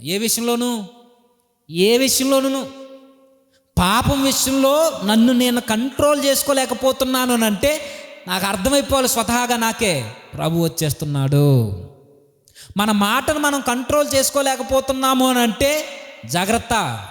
మన చూపును స్వీయ నియంత్రణ అంటే అదే సెల్ఫ్ కంట్రోల్, మనల్ని మనం కంట్రోల్ చేసుకోవడం. ఇవన్నీ ఎప్పుడు కనబడతాయి? మర్చిపోద్దు మన టైట్లు. క్రీస్తు రెండవ రాకడ సమీపంగా ఉన్నప్పుడు ఇవన్నీ మన జీవితాల్లో మన కళ్ళ ముందు తారసపడతాయి. ఇప్పుడు స్వీయ నియంత్రణ ఎదుటోడి జీవితంలో కనబడకపోవచ్చు, కానీ స్వీయ నియంత్రణ మన జీవితంలో మనకు కనబడుద్ది. ఎలా? అందరికీ టెంప్టేషన్స్ ఉంటాయి, అందరికీ శోధనలు ఉంటాయి కదా. ఉంటాయా ఉండవా? ఇందాకే చెప్పాను, అందరికీ ఒక్కటే శోధన ఉండదు, కానీ అందరికీ శోధనలు ఉంటాయి. తెలుగులో ఒక సామెత, ఏ చెట్టుగా ఆ చెట్టుకున్నట్టు వయసుతో సంబంధం లేకుండా అందరికీ శోధనలు ఉంటాయి. ఇప్పుడు అందరికీ శోధనలు ఉన్నప్పుడు ఆ శోధనకి లేదా ఆ శోధన ఎదురవ్వడానికి కూడా ఒక కాలం ఉంటుంది. ఎప్పుడు పడితే అప్పుడు శోధన వస్తుందా? ఇలా దారాన్ని నడుచుకుంటూ పోతుంటే వచ్చేద్దా? రాదు. అలా కూర్చుని మొబైల్ చూసుకుంటూ వచ్చేద్దా? రాదు. ఆ శోధన కలగడానికి ఒక టైం ఉంటుంది. అది ఒంటరితనం కావచ్చు, లేదా నీకు కావాల్సిన వీడియో పైకి వచ్చినప్పుడు కావచ్చు, నీకు కావాల్సింది కళ్ళ ముందు కనబడినప్పుడు కావచ్చు, అది మందుబాటులైన ఏదైనా. నీకు ఎప్పుడైతే అది కనబడుతుందో అదో కాలం ఉందో చూసా, ఆ టెంప్టేషన్ కాలం నీకు ఎదురైనప్పుడు నిన్ను నువ్వు కంట్రోల్ చేసుకోలేకపోతున్నావు అని అంటే నీకు అర్థమైపోవాలి, అప్పుడు ప్రభు రాకడ చాలా దగ్గరకు ఉంది. ఎదుటోళ్ళు పక్కన పెడదాం, ఎప్పటివరకు చెప్పినవన్నీ పక్కన పెడదాం, పైనోడి ఎదుటోళ్ళు కనబడుతుంటే. ఇప్పుడు మనలో మనకు కనబడేది ఒకటి ఉంది, ఏంటి? స్వీయ నియంత్రణ, అజితేంద్రియులు. మనం ఏ టైంలో పడతామో మనకు తెలుసు. ఒంటరిగా ఉన్నప్పుడా, మొబైల్ చూసినప్పుడా, స్నేహితులతో బయటికి వెళ్ళినప్పుడా, ఎవ్వరు మనల్ని చూడనప్పుడా, లేదా స్త్రీలు ఎదురవుతున్నప్పుడా, స్త్రీలకు పురుషులు ఎదురవుతున్నప్పుడా, ఏ టైం అది? కొంచెం మాటలు ఇబ్బందికరంగా ఉన్నా వాస్తవాలు ఇవి. ఏ టైమో మనకు తెలుసు. అదే అంటున్నారు, స్వీయ నియంత్రణ లేని వారు నీకు కనబడతారు, లేదా నీలో కూడా ఉండొచ్చు. జాగ్రత్త. ఒకవేళ మనలో ఉంటే దేవుడు నీకు తెలియజేస్తున్నాడు, కంట్రోల్, నీ సెల్ఫ్ కంట్రోల్ నీకు చాలా ఇంపార్టెంట్. మన సెల్ఫ్ని ఎప్పుడైతే మనం కంట్రోల్ చేయడం నేర్చుకుంటామో బయట నుండి వచ్చే శోధనలు చాలా ఈజీగా మనం ఎదిరించగలం. మనల్ని మనమే కంట్రోల్ చేసుకోకపోతే మనల్ని ఎవడో నాశనం చేయని అవసరం లేదు, మన జీవితం మనమే నాశనం చేసుకుంటాం. అందుకే బైబిల్ ఫస్ట్ ఏమన్నది? శరీరాశ, నేత్రాశ, జీవటం. ఇవన్నీ బయట నుంచి రావు, ముందు మనలోనే కలుగుద్ది. దేహానికి కోరిక మనలోనే స్టార్ట్ అవుద్ది, కంటి నుండి కోరిక మనలోనే స్టార్ట్ అవుద్ది, జీవడంబం, గర్వం, మనం చెప్పుకోవడం. అజితేంద్రియులు, స్వీయ నియంత్రణ లేని వాళ్ళు నీకు కనబడతారు తిమోతి. ఇంకా చెప్తున్నాడు ఆయన, క్రూరులు, సజ్జన ద్వేషులు. క్రూరులు అంటే మీకు తెలుసు, మొండోళ్ళు. నెక్స్ట్ సజ్జన ద్వేషులు అంటే మంచితనాన్ని ప్రేమించలేని వారు. సజ్జ అంటే సత్విషయము, అది మీకు తెలుసు కదా, సత్యమైనది లేదా ఆరోగ్యకరమైనది, మంచి విషయము. ఈ మంచి విషయాలను ప్రేమించలేని వాళ్ళు ఎవరు? సజ్జన ద్వేషులు. చెడు చెప్తే బాగానే అర్థమవుతుంది మనకి, మంచి చెప్తే అంతెందుకు బయట చూడండి, ఎందుకు అంత స్పీడ్ నడిపేస్తున్నావు అని అడగండి, బైక్ నువ్వెవడరా నన్ను అడగడానికి అంటాడు. అంతేనా? మరి అలా కాదురా, అలా స్పీడ్కి వెళ్ళిపోతే ఎవరన్నా గుద్దేస్తావు, లేదా నువ్వన్నా పోతావు, దేనో దానికి గుద్దు అంటే ఆ మంచి ఎక్కదు మనిషికి. మనకు కూడా చర్చలో చూడండి, అప్పుడప్పుడు గద్దిస్తుంటాం మనం, పెద్దోళ్ళనైనా చిన్నోళ్ళనైనా గద్దిస్తున్నప్పుడు ఆ గద్దింపు ఎక్కదు. ఎందుకు? సజ్జన ద్వేషులు మంచిని ప్రేమించలేరు. మనం గద్దిస్తున్నప్పుడు వాడికి ఎక్కట్లేదు అనుకోండి, ఖండిస్తున్నప్పుడు వాడు వినలేకపోతున్నాడు అనుకోండి, మన మీదే తిరగబడుతున్నాడు అనుకోండి, నువ్వెవడరా నాకు చెప్పేది అనుకుంటున్నప్పుడు నీకు అర్థమైపోవాలి, అంటే పౌలు గారు చెప్పింది వాస్తవం. అంత్యదినాల్లో మంచిని ప్రేమించలేని వాళ్ళు, మంచి విషయాల్ని ఆస్వాదించలేని వాళ్ళు నా కళ్ళ ముందు కనబడుతున్నారు అని అంటే నాకు అర్థమవుతుంది ప్రభు దగ్గరగా ఉన్నాడు.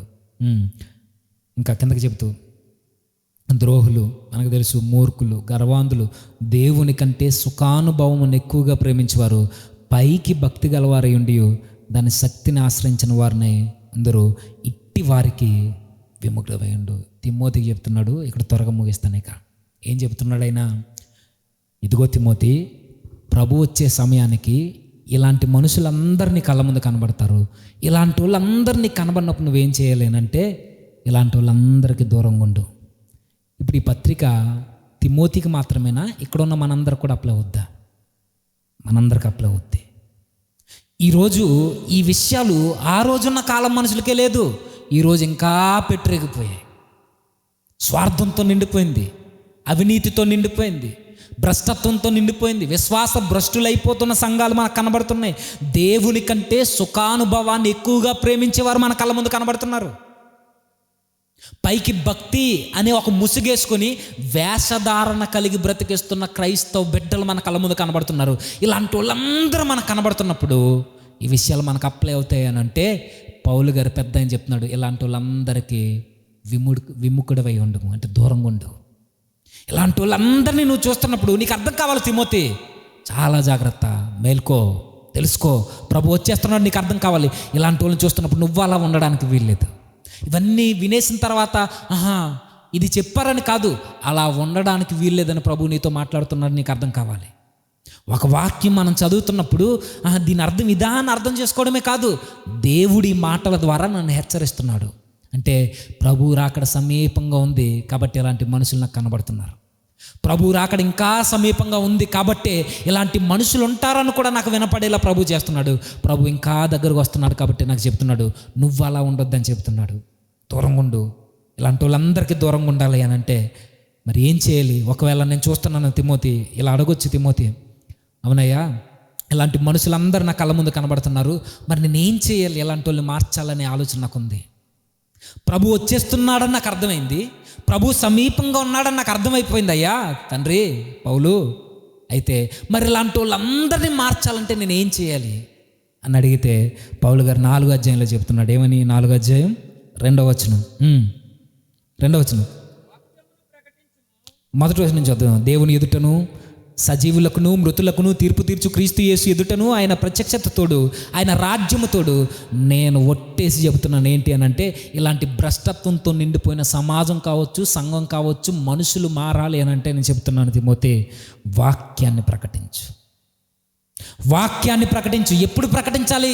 సమయమందు అసమయమందు. ఇటు వాక్యం ప్రకటించాలా. ఇలాంటి మనుషుల్ని, అపవాదుకుల్ని, తల్లిదండ్రులకు అవిధేయుల్ని, ఇలా స్వార్థంతో నిండిపోయిన వాళ్ళని, ధనాపేక్ష కలిగిన వారిని, గొప్పలు చెప్పుకునే వారిని, అహంకారుని, కృతజ్ఞత లేని వారిని, అపవిత్రుని, ఈ లిస్ట్ అంతా ఇలాంటి దౌర్జన్యమైన మనస్తత్వంతో నిండిపోయిన మనిషిని మార్చాలని అంటే ఏం చేయాలని అంటే తిమోతికి పౌలు గారు చెప్తున్నారు, వాక్యాన్ని ప్రకటించు. మీకు అనిపించవచ్చు, వాక్యాన్ని ప్రకటిస్తే మనుషులు మారతారా? మారతారా? ఖచ్చితంగా మారతారు. వాక్యాన్ని ప్రకటిస్తే మనుషులు. ఒకసారి ఇక్కడే చెప్పినట్టు నాకు గుర్తు బాగా, డిసెంబర్ క్రిస్మస్కి వచ్చినప్పుడు, వాక్యాన్ని బట్టి మనుషులు మారతారంటే వాక్యాన్ని బట్టి మాత్రమే మనుషులు మారతారు. ఎగ్జాంపుల్ చెప్పనా? ఈరోజు టెక్నాలజీ డెవలప్ అయింది, టెక్నాలజీ అభివృద్ధి చెందుతుంది, సైన్స్ వేగంగా విస్తరిస్తుంది. ఇప్పుడు ఏ టెక్నాలజీ కూడా మన మధ్యకి వచ్చింది.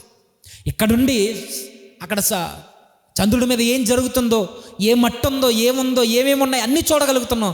ఇక్కడుండి ప్రపంచంలో ఏం జరుగుతుందో ప్రతి వింతని మనం కళ్ళారా చూడగలుగుతున్నాం. ఇంత టెక్నాలజీ డెవలప్ అయింది కదా. ఈ టెక్నాలజీ మానవ జీవితాన్ని మార్చగలుగుతుందా? విద్య కూడా చాలా వేగంగా విస్తరించింది. ఒకప్పుడు 7వ తరగతి పాస్ అయితేనే పెద్ద ఘనత, 10వ తరగతి పాస్ అయితే ఊరంతా పెళ్లి జరిగినట్టు జరిగేది. డిగ్రీ చదువున్నాడు అంటే ఇంకా చిన్న విషయం కాదు ఆ టైంలో. ఇప్పుడు డిగ్రీకి వాల్యూ ఉందా? బీటెక్లు, ఎంటెక్లు, ఈరోజు ఎంబీబీఎస్ కూడా వాల్యూ లేని పరిస్థితులకు వచ్చేసింది. చదువు విస్తరించింది కానీ మనిషికి సంస్కారాన్ని కూడా నేర్పలేకపోయింది. ఈరోజు విద్య తప్పు కాదు, టెక్నాలజీ తప్పు కాదు, మన జీవితం మంచిది కాదు. ఇదిగో స్వార్థంతో నిండిపోయినప్పుడు విద్య ఎలా బాగు చేస్తుంది? అపవిత్రులు అయిపోయినప్పుడు విద్య ఎలా బాగు చేస్తుంది? మనల్ని టెక్నాలజీ ఎలా మారుస్తుంది? ఈ విద్య, ఈ టెక్నాలజీ పెరిగిన తర్వాతే దొంగతనాలు పెరిగిపోయాయి, క్రైమ్ రేటు పెరిగిపోయింది, గంజాయి కొట్టే వాళ్ళు పెరిగిపోయారు, డ్రగ్స్ తీసుకునే వాళ్ళు పెరిగిపోయారు. అవునా కదా? మన కళ్ళ ముందే కనబడతాయి ఇవన్నీ. ఒకప్పుడు ఉన్న పోలీస్ స్టేషన్లు కానీ ఈరోజు పోలీస్ స్టేషన్లు ఎక్కువ అవుతున్నాయనంటే అక్రమము విస్తరిస్తుంది.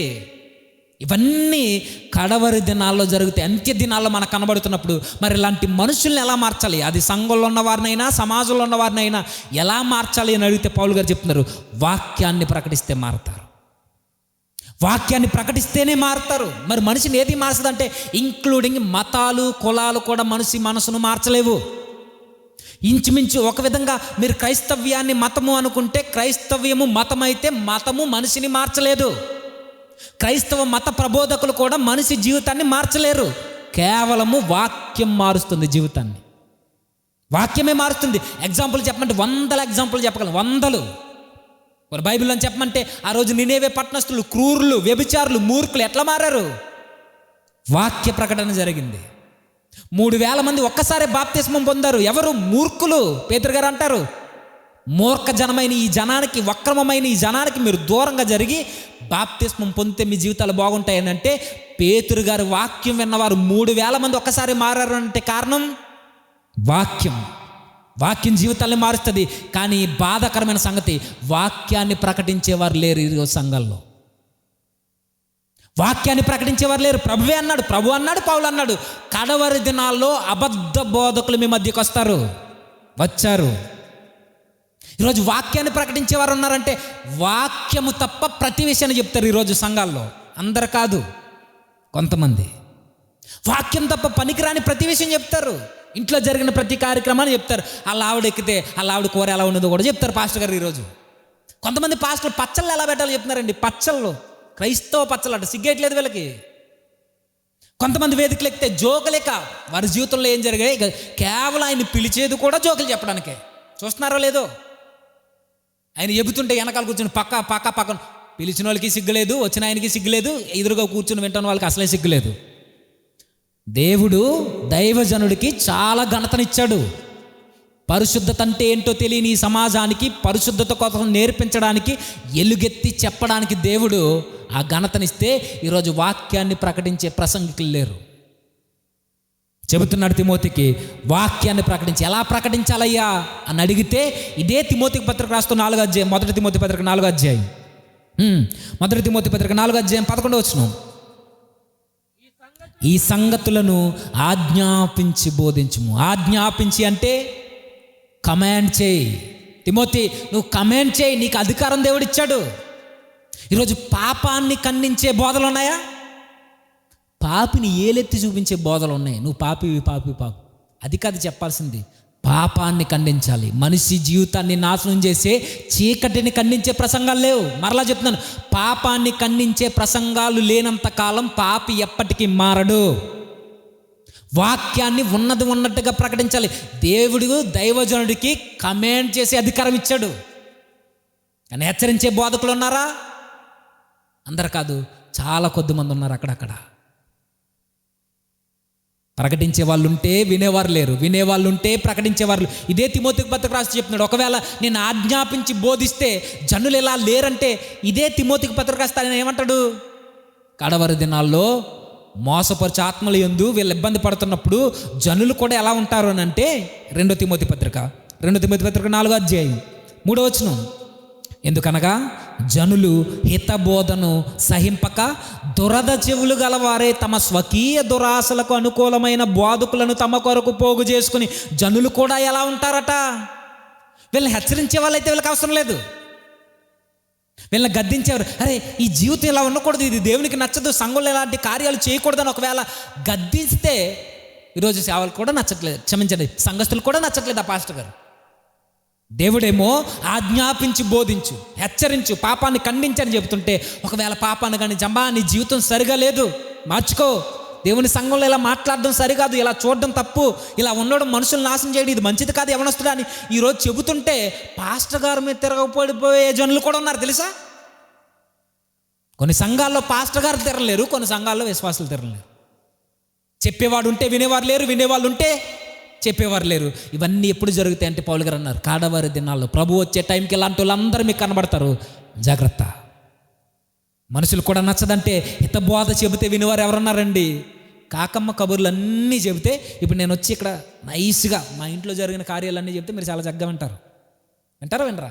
చాలా చక్కగా వింటారు. మిమ్మల్ని ఏమనకుండా నేను వచ్చి దేవుడు నన్ను ఇంత దీవించాడు, నాకు ఒక కారు ఇచ్చాడు, నాకు మంచి ఫోన్ ఇచ్చాడు, నాకు మంచి భార్యని ఇచ్చాడు, 2 కూతుర్లు ఇచ్చాడు. మరి నా కూతురు ఏం చేస్తుందో తెలుసా, నా కొడుకు ఎలా ఉంటాడో తెలుసా, నా కొడుకు ఏం చేస్తాడో తెలుసా, ఇలాంటి నైస్గా ఇలాంటి సోదంతా చెప్పాను అనుకోండి, పాస్టర్ గారిని దేవుడు ఎంత దీవించాడో అనుకుని చప్పట్లు కొట్టి వెళ్ళిపోతారు.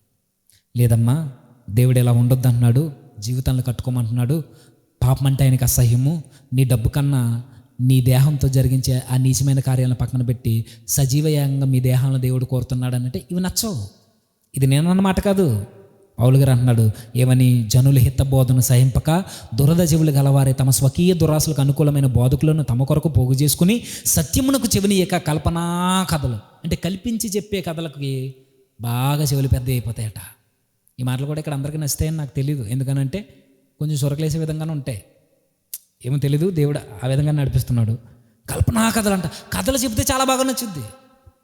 కొంతమంది సేవకులు చూడండి, చక్కగా వార్తలు చదువుతారు, ఆ రోజు అయిపోద్ది. ఆ రోజు వార్తలు చదివే పాస్టర్ గారులు ఉన్నారు తెలుసా మన క్రైస్తవ్యంలో. ఎప్పుడు చూసినా ఇంకెప్పుడు ఇంకా కార్తీక దీపం అయ్యే కాదు, క్రైస్తవ సమాజంలో సంఘంలో ఏం జరుగుతుందో కూడా మనకు తెలియాలి. డాక్టర్ బాబు అంటే ఓ రోజు డాక్టర్ బాబు వస్తాడు ఇంటికి, అక్కడ దాకా తెచ్చుకోకండి. మన సంఘాల్లో మన దుస్థితి, ప్రభు వస్తున్నాడు, వచ్చే సమయానికి ఎలా ఉంటుందో చెబుతున్నాడు ఆయన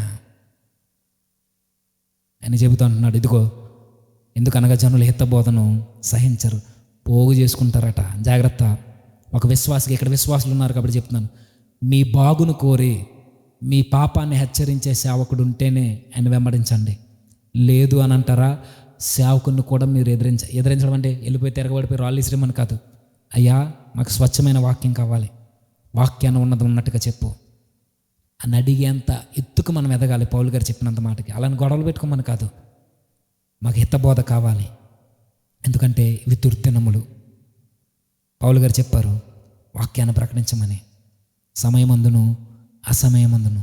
సరే, వాక్యాన్ని ప్రకటిస్తున్నాడు, నీతిగా చెబుతున్నాడు, మంచిగా చెబుతున్నాడు, థియాలజీ బాగా వివరిస్తున్నాడు, సరిపోద్దా అంటే ఇదే తిమోతి గారు చెప్తారు, సరిపోదు. వాక్యాన్ని ప్రకటించడమే కాదు, ఏముండాలట? 4వ అధ్యాయం 11వ వచనం, 1 తిమోతి పత్రిక 4వ అధ్యాయం 11వ వచనం. ఈ సంగతులను ఆజ్ఞాపించి బోధించు తిమోతి, యవనమును బట్టి ఎవ్వడు నిన్ను డిగ్రేడ్ చేయడానికి వీల్లేదు. ఒకవేళ నువ్వు యవనస్తుడు కావచ్చు, ఇక్కడ ఉన్నవారు ఎవరైనా వయసుతో సంబంధం లేకుండా, మనం దేవుని పక్షాన్ని నిలబడినప్పుడు మన మాటల వరకు చెబితే సరిపోదు. నేనైనా ఇక్కడ ప్రసంగం దద్దరిల్లు కొట్టేసి ఇంటికి వెళ్ళి బీర్లు తాగేస్తున్నాను అనుకోండి, దేవుడు మొఖం మీద ఉమ్మేస్తున్నాను, అవునా కదా? ఇప్పుడు అన్నాళ్ళు ఉన్నారు, ఇక్కడ వచ్చి చక్కగా వాయించారు ఇప్పటి వరకు, వెళ్ళిపోయి నెక్స్ట్ రోజు మరలా బయట తిరిగేస్తున్నారు అనుకోండి, ఎలా ఉంటుంది? మంచిది కదా అది. అంటే అన్న వాళ్ళ కోసం కాదు, ఎగ్జాంపుల్ చెప్తున్నా. ఇక్కడ వచ్చి పాటలు పాడతాం, పాటలు పాడేసిన తర్వాత బయటకు వెళ్ళిపోయి వేషాలన్నీ వేయకుండా వేషాలన్నీ వేస్తున్నాం అనుకోండి, దేవునికి నచ్చుద్దా? పౌలు గారు చెప్తున్నారు తిమోతికి, నువ్వెంత కమెంట్ చేసి అయితే చెబుతున్నావో ఆ కమాండ్నెస్ నువ్వు అలానే ఉండాలి అంటే నీ యవ్వనాన్ని బట్టి ఎవడు తృణీకరింపో. ఏ విషయంలో? మాటలోను, ప్రవర్తనలోను, ప్రేమలోను, విశ్వాసంలోను, పవిత్రతలోను విశ్వాసులకు మాదిరిగా ఉండు. ఒకటి, ఈ టెక్స్ట్లో దైవజనుల కొరకే చెబుతున్నాడు పౌలు గారు, కానీ అప్పటికి ఈ దైవజనుడైన తిమోతి గారు యవనస్తుడు కూడా. అంటే ఎలా ఉండాలి అని అంటే, ఒక విశ్వాసి, ఒక యవనస్తుడు, ఒక దైవజనుడు ఎలా ఉండాలి అని అంటే, మనం ఏ మాట అయితే ప్రకటిస్తున్నామో ఆ మాటకి తగ్గట్టుగా బ్రతుకుండాలి. మనం ఏదైతే బ్రతుకు జీవిస్తున్నామో ఆ బ్రతుకుకి తగ్గట్టుగానే బోధ ఉండాలి. ఈ రెండింటిని వేరు చేయడానికి ఎప్పుడు వీల్లేదు. లేదండి మా పాస్టర్ గారు బాగా వాక్యం చెప్తాడండి, చెప్పగానే వెళ్ళి 90 వేసేస్తాడంటే దేవుడు నిన్ను కూడా వేస్తాడు. తర్వాత ఉన్నారో లేదో నాకు తెలీదు, నాకు తెలిసినంత వరకు నేను ఏ సంఘానికి అప్పుడప్పుడు మీటింగ్స్ వెళ్తుంటాం కదా మేము డైలీ, ఇలా మీటింగ్స్కి వెళ్ళినప్పుడు అక్కడ ఉన్న కొంతమంది చెప్తుంటారు, వాక్యం బాగా చెప్తాడన్నా, కానీ ఇలా స్టేజ్ దగ్గరనే 90 వేసేస్తాడట. ఇంకెందుకు వాక్యం చెప్పు? ఇలాంటి వాళ్ళు ఉన్నారంటే ఇలాంటి బోధలు కూడా ఉన్నాయి క్రైస్తవ సమాజంలో. దేవుని కొరకు పని చేసేసి పాపం చేసిన దేవుడు ఏమన్నట? ఎక్కడుంది బైబిల్లో? దేవునికి నీ పని కన్నా, దేవునికి నీ ధనం కన్నా, దేవునికి నువ్వు ఇచ్చే కానుకల కన్నా దేవుడు అడిగింది పరిశుద్ధత. అదే చెప్తున్నాడు, ఎవరు నిన్ను తృణీకరించడానికి వీల్లేదు. నీ మాట బాగోవాలి, నీ ప్రవర్తన బాగోవాలి, నీ ప్రేమ బాగోవాలి, విశ్వాసంలో నిలకడ ఉండాలి, పవిత్రతలో నువ్వు మాదిరి కనపరచాలి. బోధలోనే కాదు, మాటలు, బ్రతుకులో చూపించాలి మాదిరి. ఈ మాదిరి అనేది ఒకవేళ మీరు అనుకోవచ్చు, అంటే బోధకులకే కదండి, కాదు, మాదిరి అనేది విశ్వాసులందరూ చూపించాల్సింది. విశ్వాసులందరూ మాదిరి చూపించాలి. ఈ మాదిరి అనేది లేదనుకోండి, మాట, ప్రవర్తన, ప్రేమ, విశ్వాసం ఇవన్నీ విశ్వాస జీవితానికి సరిపడే కొలమానాలు ఇవి. ఈ ప్రవర్తనలో మనం మాదిరి చూపించలేనప్పుడు మనం క్రైస్తవులు అని చెప్పుకుంటున్నాం తప్ప దేవుని దృష్టిలో ఎప్పటికీ క్రైస్తవులం కాలేము. అర్థమవుతుందో లేదో? విశ్వాసులకు మాదిరి కనబడాలి. ఈరోజు మాదిరి లేదు. ఇక్కడ ఎలా కన్నీటి ప్రార్థన చేసి అక్కడ కలా బయటికి వెళ్ళగానే కచ్చేపు వేసేసి ఇప్పుడు రాయే చూసుకుందాం అంటున్నారు.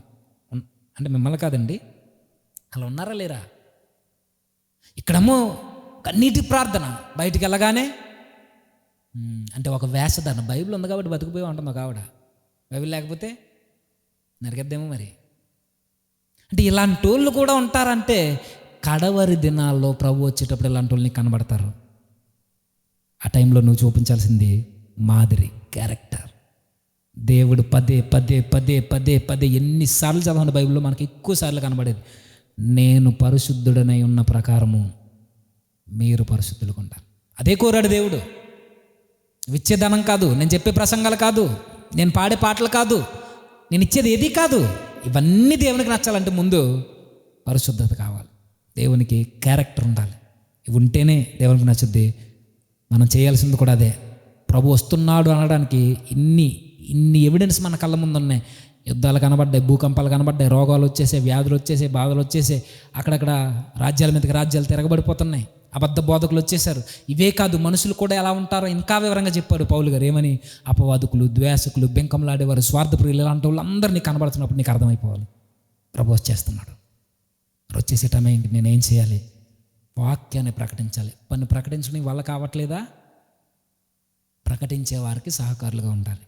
వాక్యాన్ని ప్రకటించడం అంటే మీరు ఏదో అనుకోకండి. వాక్యాన్ని ప్రకటించడం అంటే ఇలా స్టేజ్లు వేసి మీకు మైకులు ఏమి ఇవ్వరు.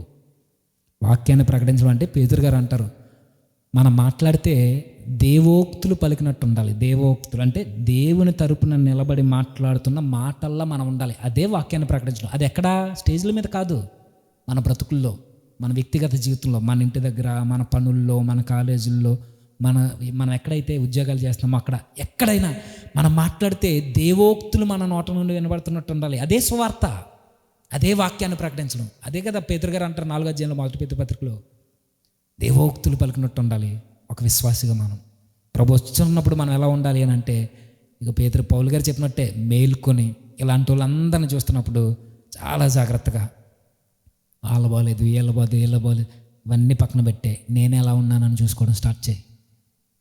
అంతే. ఎవరు వచ్చి మన జీవితాన్ని బాగు చేయరు, మన జీవితాన్ని మనమే కట్టుకోవాలి. మన కుటుంబాల దగ్గరికి మళ్ళీ దైవజనులు వచ్చి కూడా సేవ చేయరు. మన కుటుంబాలకు మనమే చెప్పుకోవాలి. అది ఎలా? నోటి మాటతోనే కాదు, మన బ్రతుకుతో చెప్పాలి. మన బ్రతుకుతో చెప్పిన సువార్త నోటి మాటతో చెప్పిన దానికంటే చాలా ప్రభావవంతంగా ఉంటుంది. మీరు ఎప్పుడైనా చూసారో లేదో? నోటితో చెప్పడం కన్నా బ్రతుకుతో చెప్పు చూడు. చర్చికి వెళ్తుందండి, బూతులు మాట్లాడుతుందండి అంటే ఇంక అదేం సువార్త? చర్చికి బాగానే వెళ్తాడండి, ఆదివారం సోమవారం రావద్దు మాత్రం బీర్ బాటిల్ ఎత్తేస్తాడండి. ఇది కాదు. సంఘంలో ఎలా ఉంటున్నావో ఇంటి దగ్గర అలా ఉండు, ఇంటి దగ్గర ఎలా ఉంటున్నావో పనిలోనూ అలా ఉండు, ఎక్కడైనా ఒకలానే ఉండు. అక్కడ ముసుకేయద్దు. ఎందుకనంటే ఇది ప్రభు వచ్చే సమయం. ఇన్ని జరిగిపోతున్నప్పుడు ఆయన వచ్చేస్తాడని మనకు అర్థమవుతుంది. ఆ వచ్చేసే టైం కూడా మనం ఇలానే బ్రతికేసామనుకోండి, ఆయన వస్తాడు, తీసుకెళ్ళిపోతాడు, కానీ మనమే వెళ్ళాం. ఆ పరిస్థితి తీసుకురావద్దు. అందుకే ఆయన వచ్చే ముందే ఏమో దేవుడు ఒకవేళ ఇదే చివరి రాత్రి కావచ్చేమో, ఒకవేళ ఇక్కడ నుండి వెళ్ళిపోయేటప్పుడే ప్రభు వచ్చేస్తే, ఇలా మాట్లాడుతుండగా ప్రభు వచ్చేస్తే, నేను ధైర్యంగా ప్రభు రాకలు ఎత్తిపడిపోతాను అన్నవాళ్ళు చేతులు ఎత్తాను. ఎవరికైనా ధైర్యం ఉండదు. ఎందుకనంటే ప్రభువే అన్నాడు, నేను వచ్చే సమయానికి అసలు విశ్వాసం కనుగొననా. ప్రభువే భవిష్యత్తును ఆలోచించి ఒక మాట చెప్పాడు అని అంటే ఆ మాట ఎంత ప్రభావవంతమైంది ఉంటుంది. భవిష్యత్తును ఆలోచించి నేను మరలా వచ్చే సమయానికి భూమి మీద విశ్వాసం కనుగొన్నా అంటాడైనా. అంటే విశ్వాసులు ఉండరా? పేరుకు చెప్పుకునే విశ్వాసులు ఉంటారు, కానీ ప్రభు రాకల్లో ఎత్తబడే విశ్వాసులు మాత్రం చాలా తక్కువ మంది ఉంటారు. ఆ తక్కువ మందిలో మనం ఉన్నామో లేదో చూసుకోవాలి తప్ప ఆడ అలా చేశాడు, ఈడెలా చేశాడు, ఆవిడ అలా ఉంది, ఈవిడలా పక్కన పెట్టేవన్నీ. ఇవన్నీ గతించిపోయిన కాలం చాలిక. ఈ రోజున మనం నిర్ణయం తీసుకోవాల్సింది, బ్రతుకుతో సువార్త చేస్తూనే ప్రభు రాకల్లో ఎత్తబడడానికి ఒక మాదిరికరమైన జీవితాన్ని చూపిస్తూ ఆయన ఎదుర్కోవడానికి సిద్ధంగా ఉండాలి. అది ఎలా వస్తుంది అని అంటే ఈ మనుషులందరినీ చూస్తున్నప్పుడే వస్తుంది. చూస్తున్నప్పుడు మనకు అర్థమైతే ధన్యత. లేదు నువ్వు కూడా అలానే ఉంటే ఇంకా ఇంకా ఇంకా దానికన్నా మరి ధన్యత ఇంకేమీ లేదు. ఎందుకనంటే వారితో పాటు అందంగా ఒకే నావా ఒకే బోటు, నువ్వు మావాడివి అన్నట్టు వాడితో పాటు వెళ్ళిపోతాం. వద్దు, అందరికీ ప్రత్యేకంగా ఎప్పుడు చెప్పే మాట ఎక్కడికి వెళ్ళని చెప్తాను, అందరిలోనే జీవిస్తాం, అందరితోనే ఉంటాం. కానీ అందరిలో మనకి దేవునికి ఒక ప్రత్యేకమైన బాండింగ్ ఉండాలి. అంతే, అది ఉన్నప్పుడే ప్రభు రాకలు ఎత్తబడిన వాడవుతాం. లేదు అందరితో పాటు బ్రతికేసి అందరితో పాటు వెళ్ళిపోయి అందరితో పాటు వచ్చి పదవంతి ఇచ్చేసి ప్రార్థన చేసుకుని పోతే వాళ్ళకి నీకు పెద్ద వ్యత్యాసం లేదు. అలా ఉండొద్దు. ఒక ప్రత్యేకమైన జీవితాన్ని గడుపుదాం. ఎవరు ఎలా పోతే బానేవ్వండి, నువ్వు మాత్రం దేవుని కొరకు నిలబడు. ఇప్పుడు వరకు తమ్ముడు కూడా చెప్పాడు కదా, ఏదైనా మన మాట మాట్లాడుతున్నప్పుడు బ్రతుకు ఎంత ఇంపార్టెంట్ అన్నది పౌలు గారు చెప్పారు కదా. ఇప్పుడు తమ్ముడైనా ఎవరైనా ఇందులో వ్యత్యాసం ఏమీ లేదు. తన తీవ్రత అంతా బయట పెట్టాడు. ఇప్పుడు తన బ్రతుకు బాగోలేదు అనుకోండి, రేపు పొద్దున్న నేనే చెయ్యి అంటాను నాకు తెలిస్తే. రేపు పొద్దున్న మీరే ముఖం మీద వేలెట్టి ఆ రోజు అంతా అన్నావు కదరా, ఈరోజు నీ బ్రతుకేంటని అడగడానికి తన అవకాశం ఇచ్చాడు ఈరోజు. కాబట్టి తన బ్రతుకు బాగోవాలి, విన్న మన బ్రతుకులు బాగోవాలి, చెప్పిన నా బ్రతుకు కూడా బాగోవాలి. ఎందుకనంటే ఇది ప్రభు వచ్చే సమయం. ఆయన వచ్చే సమయానికి మనం సిద్ధపాటు కలిగి లేమనుకోండి, ఆ రోజు కన్యకలు వదిలేనట్టు మనల్ని కూడా వదిలేస్తాడు. అంత దుస్థితి తెచ్చుకోవద్దు. సిద్ధపడదాం. ఎప్పటికప్పుడు ప్రభువు మీద ఆధారపడుతూ సమయం ఉన్నప్పుడే ఆయన గోజాడుతూ మన ప్రార్థనలు ఆయన ముందు పెడుతూ మన వ్యక్తిగత విషయాల్లో బలహీనతలన్నీ ఒప్పుకుంటూ ప్రభువా నీ రాకడికి నన్ను సిద్ధం చేయని ఆయన్నే వేడుకుంటే జీవితాలు బాగుంటాయి. అలా ఉండాలని ఆశిస్తే ఈ మాటలు ముగిస్తున్నాను. తల వంచని చిన్న ప్రార్థన చేద్దాం.